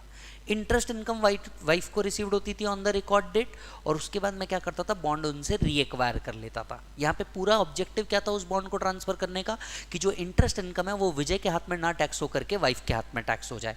यस और नो। तो ऐसे केसेस में अगर ऐसा कोई ट्रांजैक्शन किया है आपने जहां इंटरेस्ट डेट के पहले आपने ट्रांसफर किया और इंटरेस्ट डेट के बाद आपने एक्वायर कर लिया, तो ये इंटरेस्ट क्या किया जाएगा, आपके हाथ में टैक्स किया जाएगा। ट्रांसफरर दैट इज विजय के हाथ में क्या किया जाएगा, टैक्स किया जाएगा एज पर सेक्शन 94। पर अब ये मेथड्स कोई यूज भी नहीं करता।